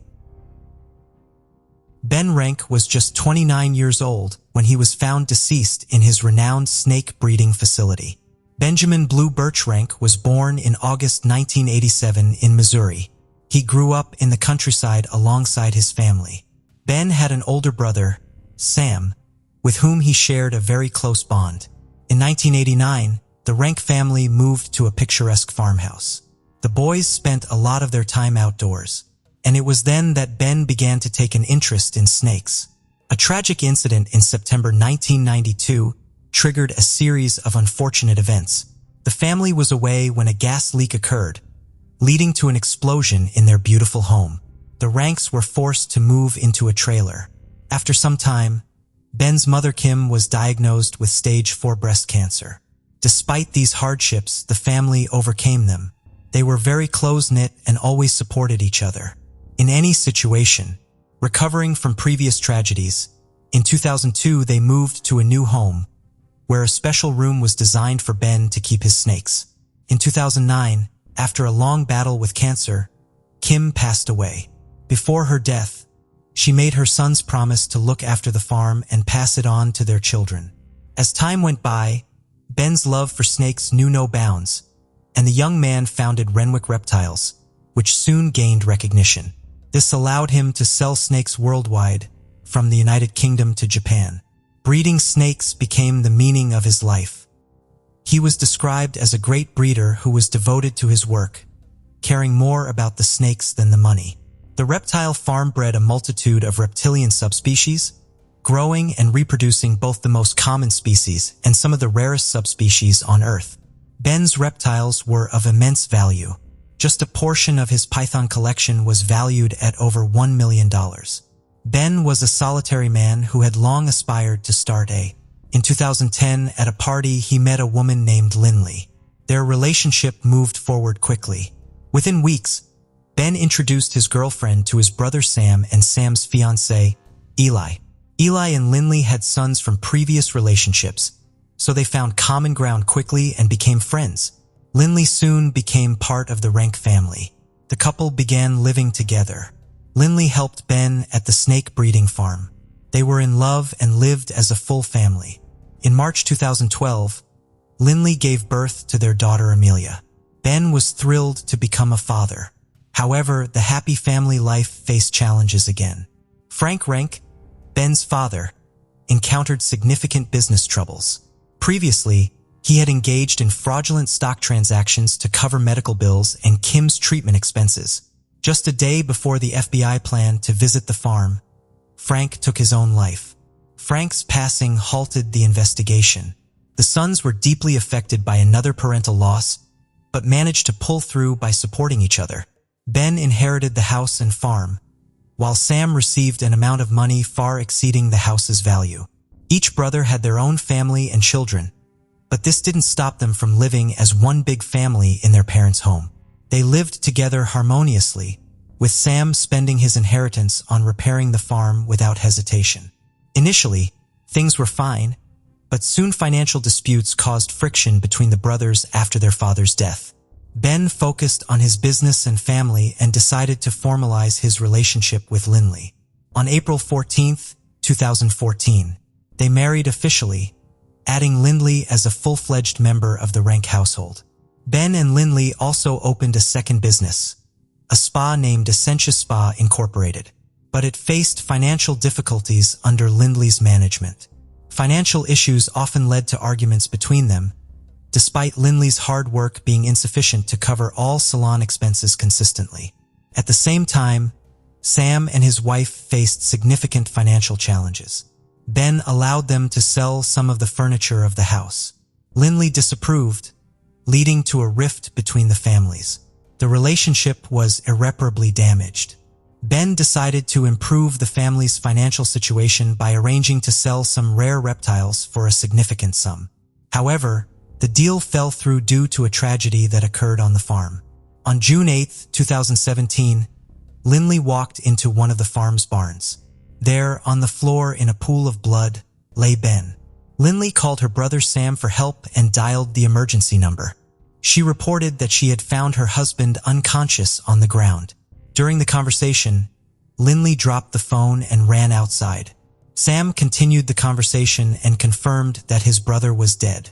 Sam suggested that a snake might be to blame for what had happened. Montgomery County Sheriff's deputies were called to the snake breeding facility for the first time in a long while. Law enforcement officers were afraid to enter the farm facing over 3,000 snakes and having to conduct an examination of a man lying in blood, wary of a possible attack from a deadly viper believed to be the assailant.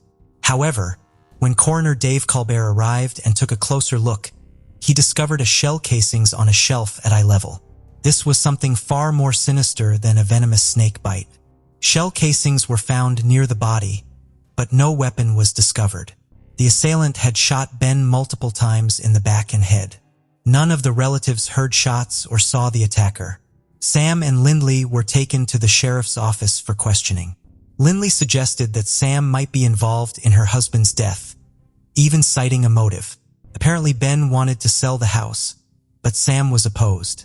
Sam was asked to undergo a lie detector test, which he passed. The police had no reason to detain Lindley and Sam, so they were released. The investigation into who might have wanted Ben Rank dead began with various theories proposed, the first being robbery. But it remained unconfirmed, as none of the rare snakes were missing and all valuable items remained untouched. Just days after Ben's demise, police interrogated Lindley again and tested her hands and clothing for gunpowder residue. However, results came back negative. Following her husband's funeral, Lindley ceased communication with Sam and Eli altogether. She sold her husband's business, inherited the house, and sought to claim a life insurance payout for Ben worth $1 million. After receiving the insurance money, Lindley planned to sell the Rennick family home for $740,000. Sam's family was notified about the eviction. Discovering the rapid insurance claim and business sale following her husband's passing, Sam Rennick suspected his brother's wife in the tragic event. Sharing his suspicions with investigators, Lindley was called in for another interrogation. There she admitted to having complex relations with Ben and occasionally meeting with a man named Eric. Eric had an alibi, so he was excluded from the list of suspects. Lindley's admissions were startling.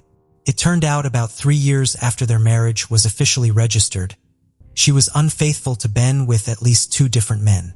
Messages between the couple showed that Ben suspected his wife of infidelity, which had indeed strained their relationship lately. On October 5, 2017, the Missouri State Highway Patrol conducted a polygraph test on Lindley and informed her that she had failed it. However, without solid evidence linking her to the crime, she was released. Nevertheless, the investigation into Ben Rennick's case slowed but did not cease. Later investigators learned that a month before Ben Rennick's passing, Lindley had made her first attempt on his life. She concocted a story of Ben being a cruel tyrant who oppressed her daily and even physically assaulted her. She shared the story with a spa salon coworker to garner support and assistance. They plotted to end Ben's life by giving him a poisonous protein shake laced with 15 Percocet pills. Unaware, Ben drank it. He fell severely ill during that period but survived, oblivious to having been poisoned. Lindley Rennick was interrogated by investigators 6 times in total, and further assistance in the investigation came unexpectedly. On January 14, 2020, information from a state prison emerged. A witness claimed to know about Ben Rennick's death. The witness was Brandon Blackwell. He told Missouri State Highway Patrol investigators that Lindley had shot Ben and conspired with her ex-boyfriend. Brandon mentioned that he had dated Lindley while she was married to Ben. 1.5 years after Ben's death, they had a child together, but by 2019, they had separated.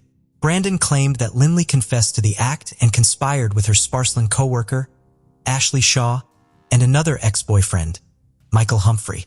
Years after Ben's demise, Lindley Rennick and her former boyfriend Michael Humphrey were arrested for his death. However, following their arrest, Lindley and Humphrey pointed fingers at each other. So who really pulled the trigger? According to Michael's testimony on the day of the event, he went to the farm with Lindley, who asked him to pose as a buyer. He put on gloves and was supposed to shoot Ben, but couldn't do it. Eventually, Lindley took the gun and shot her husband herself. The investigation into Ben Rennick's death continued for 3 long years. On January 16, 2020, arrest warrants were issued for Lindley Rennick, Michael Humphrey, and Ashley Shaw. Ashley was offered immunity in exchange for her cooperation and testified against her boss. The former Sparseland employee shared that Lindley had complained about her husband and convinced her to assist in a plan. She claimed that Ben was constantly belittling, demeaning, and even physically harming her. Fearing divorce would lead to Ben gaining custody of her children, Lindley decided to eliminate him. Planning together to poison him with a lethal cocktail during questioning, Lindley and Michael accused each other of Ben's demise. In October 2021, Michael Humphrey faced trial in Ine County. His lawyers hoped that revealing the murder weapon would lead to a second-degree murder charge. Despite possessing the gun, no conclusive DNA evidence was found on it. To lessen his sentence, Michael Humphrey made a deal with the prosecution by disclosing the location of the murder weapon. His cooperation led to a life sentence on a less severe charge of second-degree murder without defense at the trial. On January 3, 2021, Michael Humphrey was sentenced to life imprisonment with the possibility of parole. The against Lindley Rennick began on December 6, 2021. She was charged with the shooting and demise of Ben Rennick on June 8, 2017, at his snake breeding facility in New Florence. Court documents stated that the plot to end Ben Rennick's life originated in Lindley's spa salon. The probable cause statement mentioned that Ben was aware of Lindley's financial troubles and that Lindley feared Ben could take her children away. This led her to fabricate a story of domestic abuse. The first attempt to end Ben Rennick involved a protein shake laced with narcotics. Search warrants for Ben and Lindley Rennick's Facebook accounts confirmed the protein shake story and Ben's awareness of Lindley's financial issues. The court hearing detailed the events of the day when Ben Rennick was killed, fully reconstructing the sequence of events through cross-examination. On the day of the incident, Michael Humphrey picked up Lindley from the spa salon, while Shaw sent text messages from Lindley's phone inside the spa to conceal their true location and mislead the investigation. According to court documents, Humphrey intended to end Ben's life but asked Lindley to do it. After firing shots, Humphrey collected most of the casings but missed some in his haste. He also disposed of Lindley's clothing after returning to the spa, where Lindley took a shower, which helped avoid detection of gunpowder residue on her hands and clothes. Defense attorney Catherine Barrere asked Lindley Rennick to share her personal and family history, education, relationship with ex-boyfriend Michael Humphrey, work history, and the lead-up to her marriage with Ben Rennick. This was aimed at portraying her as a victim of domestic violence. However, no evidence of such violence was found, undermining this defense narrative. Michael Humphrey was part of a group that allegedly planned to end Ben Rennick's life. Lindley Rennick described her relationship with Humphrey as codependent, involving his drug dealing and her addiction. She ended her relationship with Humphrey at the end of 2010, according to previous witness statements, but reconnected with him about a month before Ben Rennick's death. Lindley Rennick firmly denied the prosecution's allegations regarding the alleged plans to end Ben Rennick's life. This included the supposed failed attempt to poison Ben with a protein shake containing narcotics. The couple faced financial and marital difficulties. The spa center wasn't doing well, and contractual deals for selling snakes had yet to provide financial benefits. In court, Lindley admitted to having extramarital relationships with several men, expressing deep regret for her actions. By the time she considered discussing divorce, she was unsure who to turn to given her father's history with divorce and his strong views on both divorce and affairs. Seeking someone to support her in her conversation with Ben, she reached out to past boyfriends and reconnected with Michael Humphrey. During cross-examination by the prosecution, Lindley confessed to willingly participating in her husband's death and intentionally concealing Michael Humphrey's involvement. She cited marital difficulties, including disputes, alleged physical and sexual abuse by Ben, and the stress associated with his snake breeding business. Lindley feared Ben and worried about his reaction whenever she brought up the topic of divorce. On June 8, 2017, she brought Michael Humphrey to the farm that day. She claimed her presence at the farm was not meant to end her husband's life, but rather to discuss a divorce. Lindley mentioned taking out some trash from Ben before entering the nursery where she saw Humphrey and Ben washing their hands. Lindley described being unable to hear their conversation as she was preoccupied with how she would tell Ben she wanted a divorce. Her voice trembled while recounting seeing Humphrey draw a pistol and shoot her husband. Hence, she heard more shots. Reality hit hard. When Lindley returned to the snake breeding facility and found Ben's body, she called Ben's brother Sam, who arrived soon after. They checked for a pulse and whether Ben was breathing, hoping he might still be alive. Lindley expressed regret for not immediately informing police that she had been at the breeding facility earlier with Michael Humphrey. The life insurance policy that Ben had taken out years earlier could have resulted in a payout of $1 million. However, Lindley waived her rights to this money. During the court hearing, Lindley expressed regrets about her ongoing deceit. "I was just trying to escape from the truth of what happened," she stated, clarifying that she never wished for her husband's death. Following the final verdict, Lindley Rank's defense team chose not to petition for a new trial, and no appeals were filed against her conviction. Lindley Rank filed a defamation lawsuit against Blackwell, asserting that his statements about her involvement in her husband's death were false. However, prosecutor Kevin Zellner questioned Lindley's testimony during cross-examination.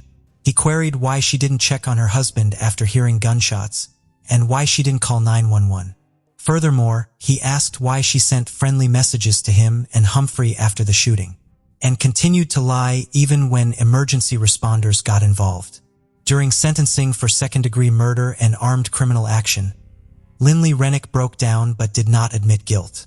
On December 9, 2021, she was found guilty of second-degree murder.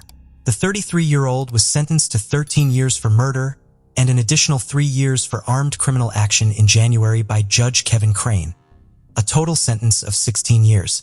Sam Rennick's final words conveyed deep disappointment. He was astonished that an individual's life in Missouri could be valued at just 13 years. Ben Rennick, a young man brimming with hope and a promising future, found himself in a dire situation due to the actions of one woman.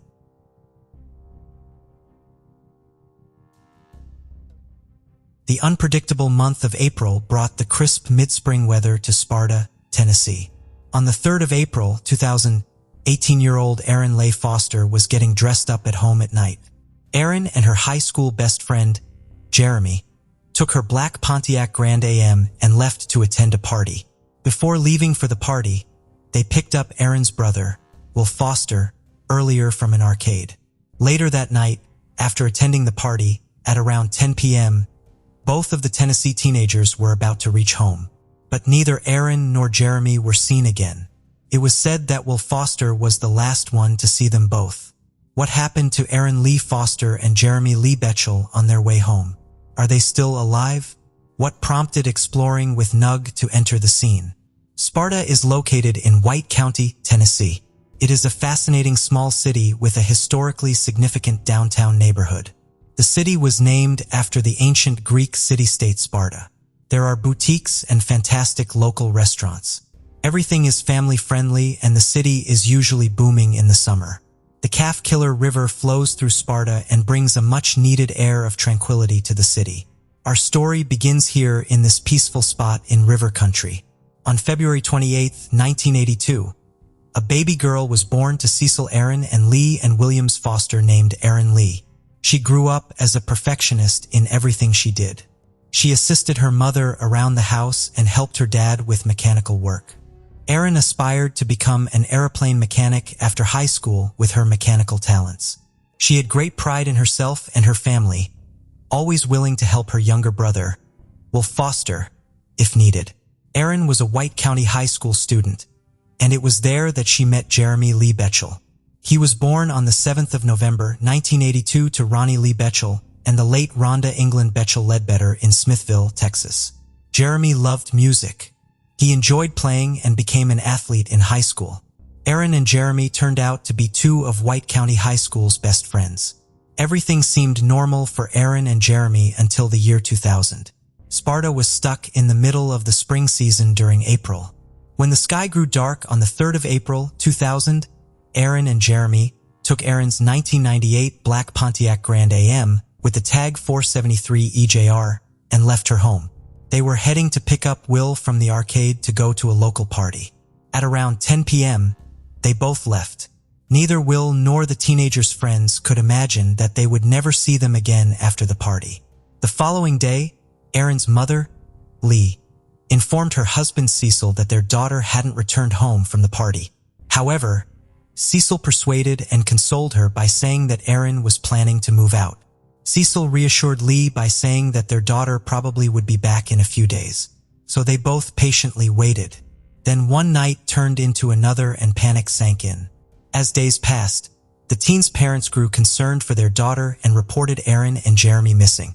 It was a week after their disappearance that the concerned parents reported their missing teens to the White County Sheriff's Office. When the officials questioned them about the whereabouts of their kids, the teens' family recounted the incidents on the 3rd of April as best as they could remember. The officials started their search and reportedly followed leads that did not have a connection to Erin or Jeremy.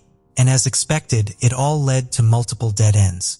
The missing case turned into a hopeless situation, and the missing teens' parents weren't satisfied with the investigation, since their children's rooms had never been searched. Also, none of their friends from the party had been brought in for questioning. Nothing could stop the case from turning cold. But 12 long years after Aaron and Jeremy's disappearance, in 2012, White County officials got a tip about 2 individuals being murdered and left abandoned near a well site. So the police periodically tried to dig up and recover the bodies after they received reports. But unfortunately, nothing came up. After 2012, there were no leads in the case. So understandably, the people in and around Sparta started to give their personal views on that. But nothing seemed to help the families recover their loved ones. Tragically, Jeremy's mother died of cancer without ever knowing what happened to her son. Almost 2 decades after their disappearance, in 2021, a selfless divers team named Exploring with Nug became aware of the case. As many might already know, the underwater scuba diving Angel team has solved the most challenging cold cases while exploring creeks and rivers. The group specializes in employing sonar technology. While every PD looked for clues and tips on the surface, Jeremy Sides and his team looked underwater to bring closure to the missing person's family. As a result, they have become a lifeline for families seeking answers. When Jeremy Sides of Exploring with Nug came across the case, the selfless hero decided to search for Aaron and Jeremy. During the initial search in Sparta, he didn't inform anyone. On the 24th of November 2021, the scuba diver tried to track down evidence in the missing teens case. The first search was an unsuccessful attempt. However, the search video was uploaded, and he told his viewers he would visit again to bring closure.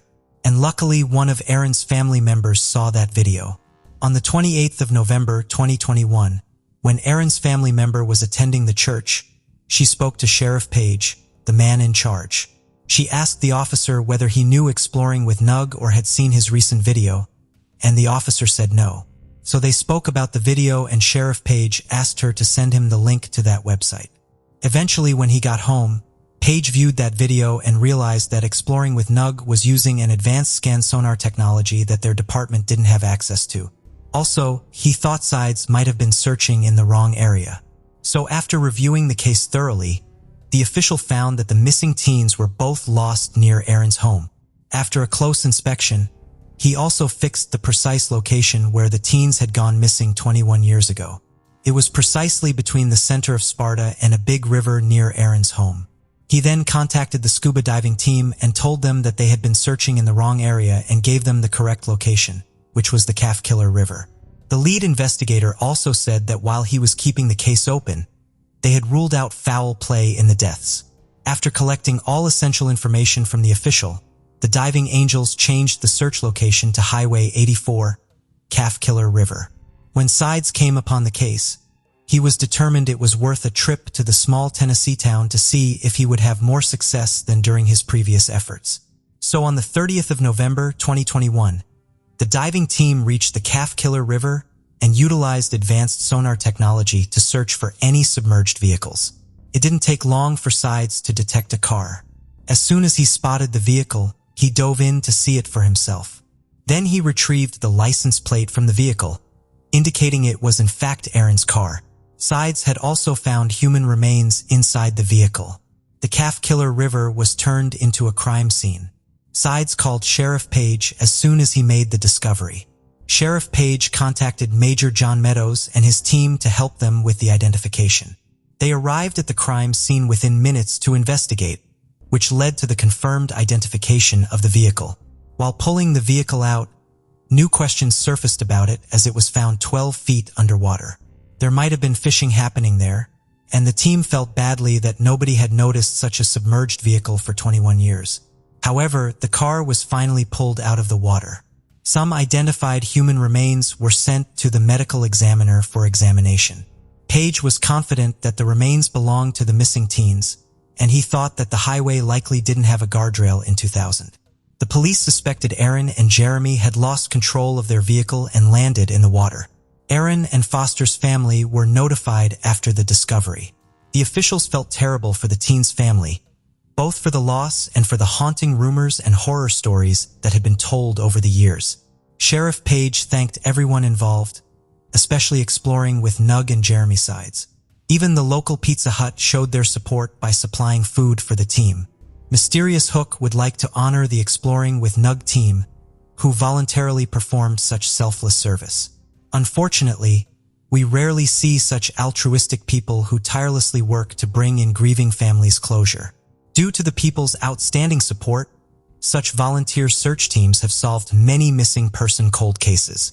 So let's make it possible for these selfless heroes to provide their services free of charge to such families and law enforcement by watching their documentaries, buying their merchandise, and donating. It was the coldest month of the year in Ohio, 2022. During these cold and snowy times, the Chaos Divers were called to Ohio to solve the case of a missing woman. The diving team was about to begin a search for a 2005 Suzuki Forenza in the bodies of water with lower visibility.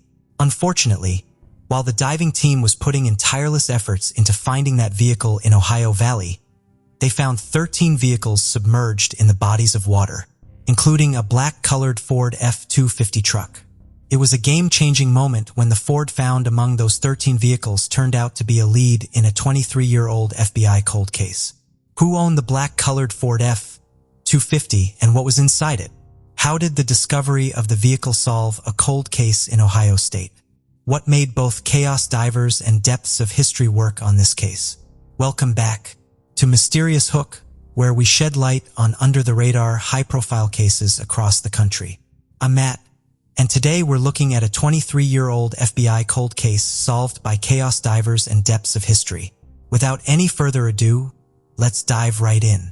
Ohio is also known for the widest point along the Ohio River, which is approximately 1 mile at the Smithland Dam near Smithland. The average depth of the Ohio River is about 24 feet.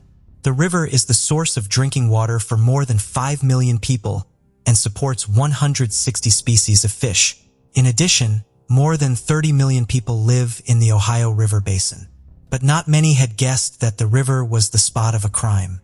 A volunteer diving team was brought into the case for searching for a disappeared woman near the Ohio Valley, and the team was named the Chaos Divers as they were focusing on the case. As many might know, Chaos Divers are compassionate people who started as an environmental cleanup to make a better place for all aquatic life, and later they transformed into selfless heroes. The diving angels always believed that many people disappearing with a vehicle for a long time had a high potential of being found in the water. So initially they saw people by accident, and now they're doing it purposely, traveling the country and trying to bring closure to families of the disappeared ones, which is the ultimate aim.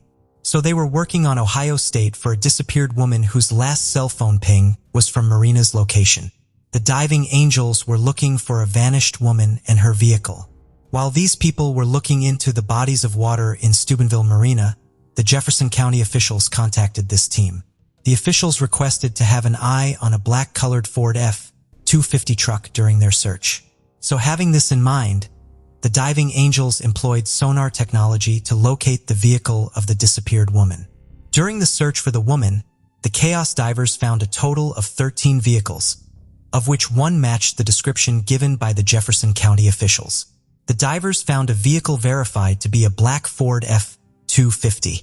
Other verification hadn't been done since the plates weren't found. The team immediately reported their findings to the Jefferson County officials. The diving angels never knew that the discovery would bring closure to an unsolved 23-year-old FBI cold case of a disappeared older man named Charles Floyd Hanlon. But that was the time when Chaos Divers started to know more about Charles and his mysterious disappearance that haunted his family for 2 decades.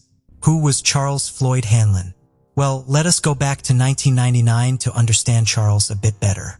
It was a blooming season in Bloomingdale, and the calendar pointed to October 10, 1999.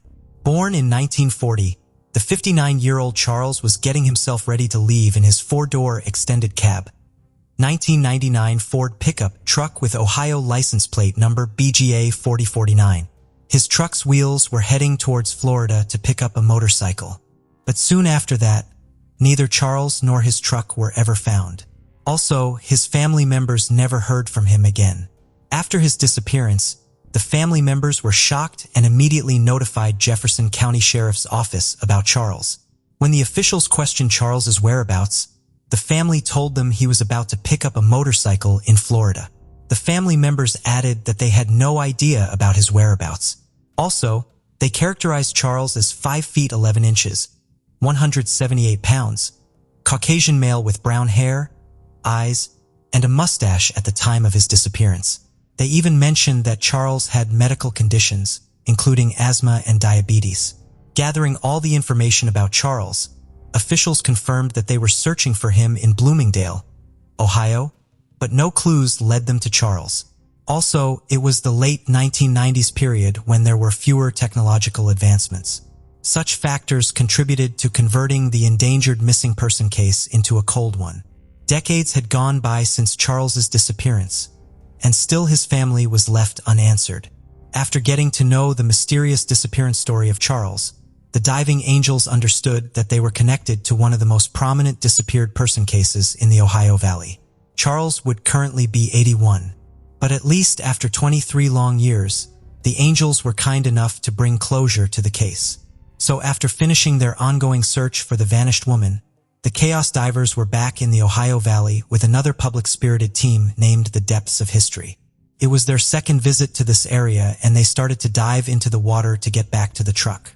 When they got into some of the deeper areas of the Ohio River, of course, they might have felt that it was utterly dark. However, they tried to stand on bedrock. Usually the bottom was mostly gravel if people were diving and got about 10 feet away from the shore. Most of the mud seemed to be near the shoreline. Nevertheless, nothing stopped the diving angels from discovering the vehicles. The first car was a Lincoln Navigator linked to an insurance company, but the second vehicle was one of interest to local law enforcement. The diving angels found the truck similar to the description of the one belonging to Charles Hanlon, a Bloomingdale man who had been missing since 1999. So the Chaos Divers, Depths of History, the Jefferson County Sheriff's Office, and Toronto Fire pulled out of the river at the Steubenville Marina. Charles's family members, Carolyn Parr, kept one hand on her aunt, Ethel Stevens, and the other on her phone. As the two of them stood on the riverbank, their attention focused on the tow truck pulling a long submerged Ford pickup out of the Ohio River. She felt that they had a lot of unanswered questions, but hopefully the discovery would help them discover what happened to Charles 23 years ago. The family members said that they were excited about this development. But unfortunately, since the truck was too bad a shape, Jefferson County Sheriff Fred Abdallah said it was hard to identify it at the scene correctly. They didn't get any VINs in the normal areas where they would be marked. The vehicle seemed so deteriorated and dirty.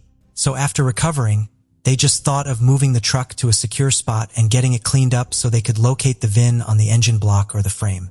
It was a tedious, time-consuming operation since they were going through every piece of dirt, silt, and debris in that vehicle.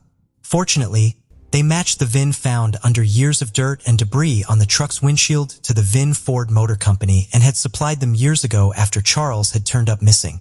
Later that day, Sheriff Fred Abdallah Jr. gave the family members the news that they had waited 23 years to hear. He said that Green's Towing had been positively identified as the 1999 Ford extended truck Charles was driving when he disappeared in October 1999. And after announcing, the officials thought it was heartbreaking and sad for the family, but Charles Hanlon's family would have slept easier that night as they finally got some closure. Finally, the Chaos Divers of Southern Illinois were back in Jefferson County to take another stab at closing the book on some decades-old mysteries of the Ford truck, which they believe belonged to Charles. Ford F-250 come out of the water. He thinks it's a good day to watch. Funded by Facebook and YouTube, their services are provided free of charge. It is a humbling and beautiful thing these diving angels are doing. Also, other teams across the country are doing the same thing, and the teams never stop there. These diving officials also believe that getting those cars out of the river was good for the environment. So after many hardships, the Chaos Divers, Toronto Fire, and the Jefferson County Sheriff's Office marked other vehicles with magnets and floating buoys, pulling several vehicles out of the water. Finally, Green's Towing pulled them out of the rest of the way. Officials confirmed that they found roughly 13 vehicles in the Ohio River from a green buoy to the train bridge. Sheriff Fred Abdallah Jr. said that they were ecstatic the chaos divers came, but he added that they wouldn't be able to tackle such kind of a project alone. We believe that offering such closure would help the investigators further their investigations and give the families of the disappeared ones some peace and healing time. Mysterious Hook would like to honor the Chaos Divers and Depths of History team who voluntarily performed such selfless service. Their work was a collaboration between the Jefferson County Sheriff's Office, Toronto Fire, and other local agencies. Due to people's outstanding support, such volunteer search teams have solved missing person cold cases. So let's make it possible for Chaos Divers and Depths of History to provide free service to families and law enforcement by watching their documentaries, buying their merchandise, and donating. Thank you for joining us on this journey into the depths of unsolved mysteries. Cold cases not only challenge our understanding of the past, but also ignite our curiosity and determination for answers. Remember to subscribe to stay updated on our latest investigations. And if you have any information regarding the cases we've covered, don't hesitate to reach out. Together, we can shed light on the shadows of the past and bring closure to those who seek it. Until next time, stay vigilant, stay curious, and never stop seeking the truth.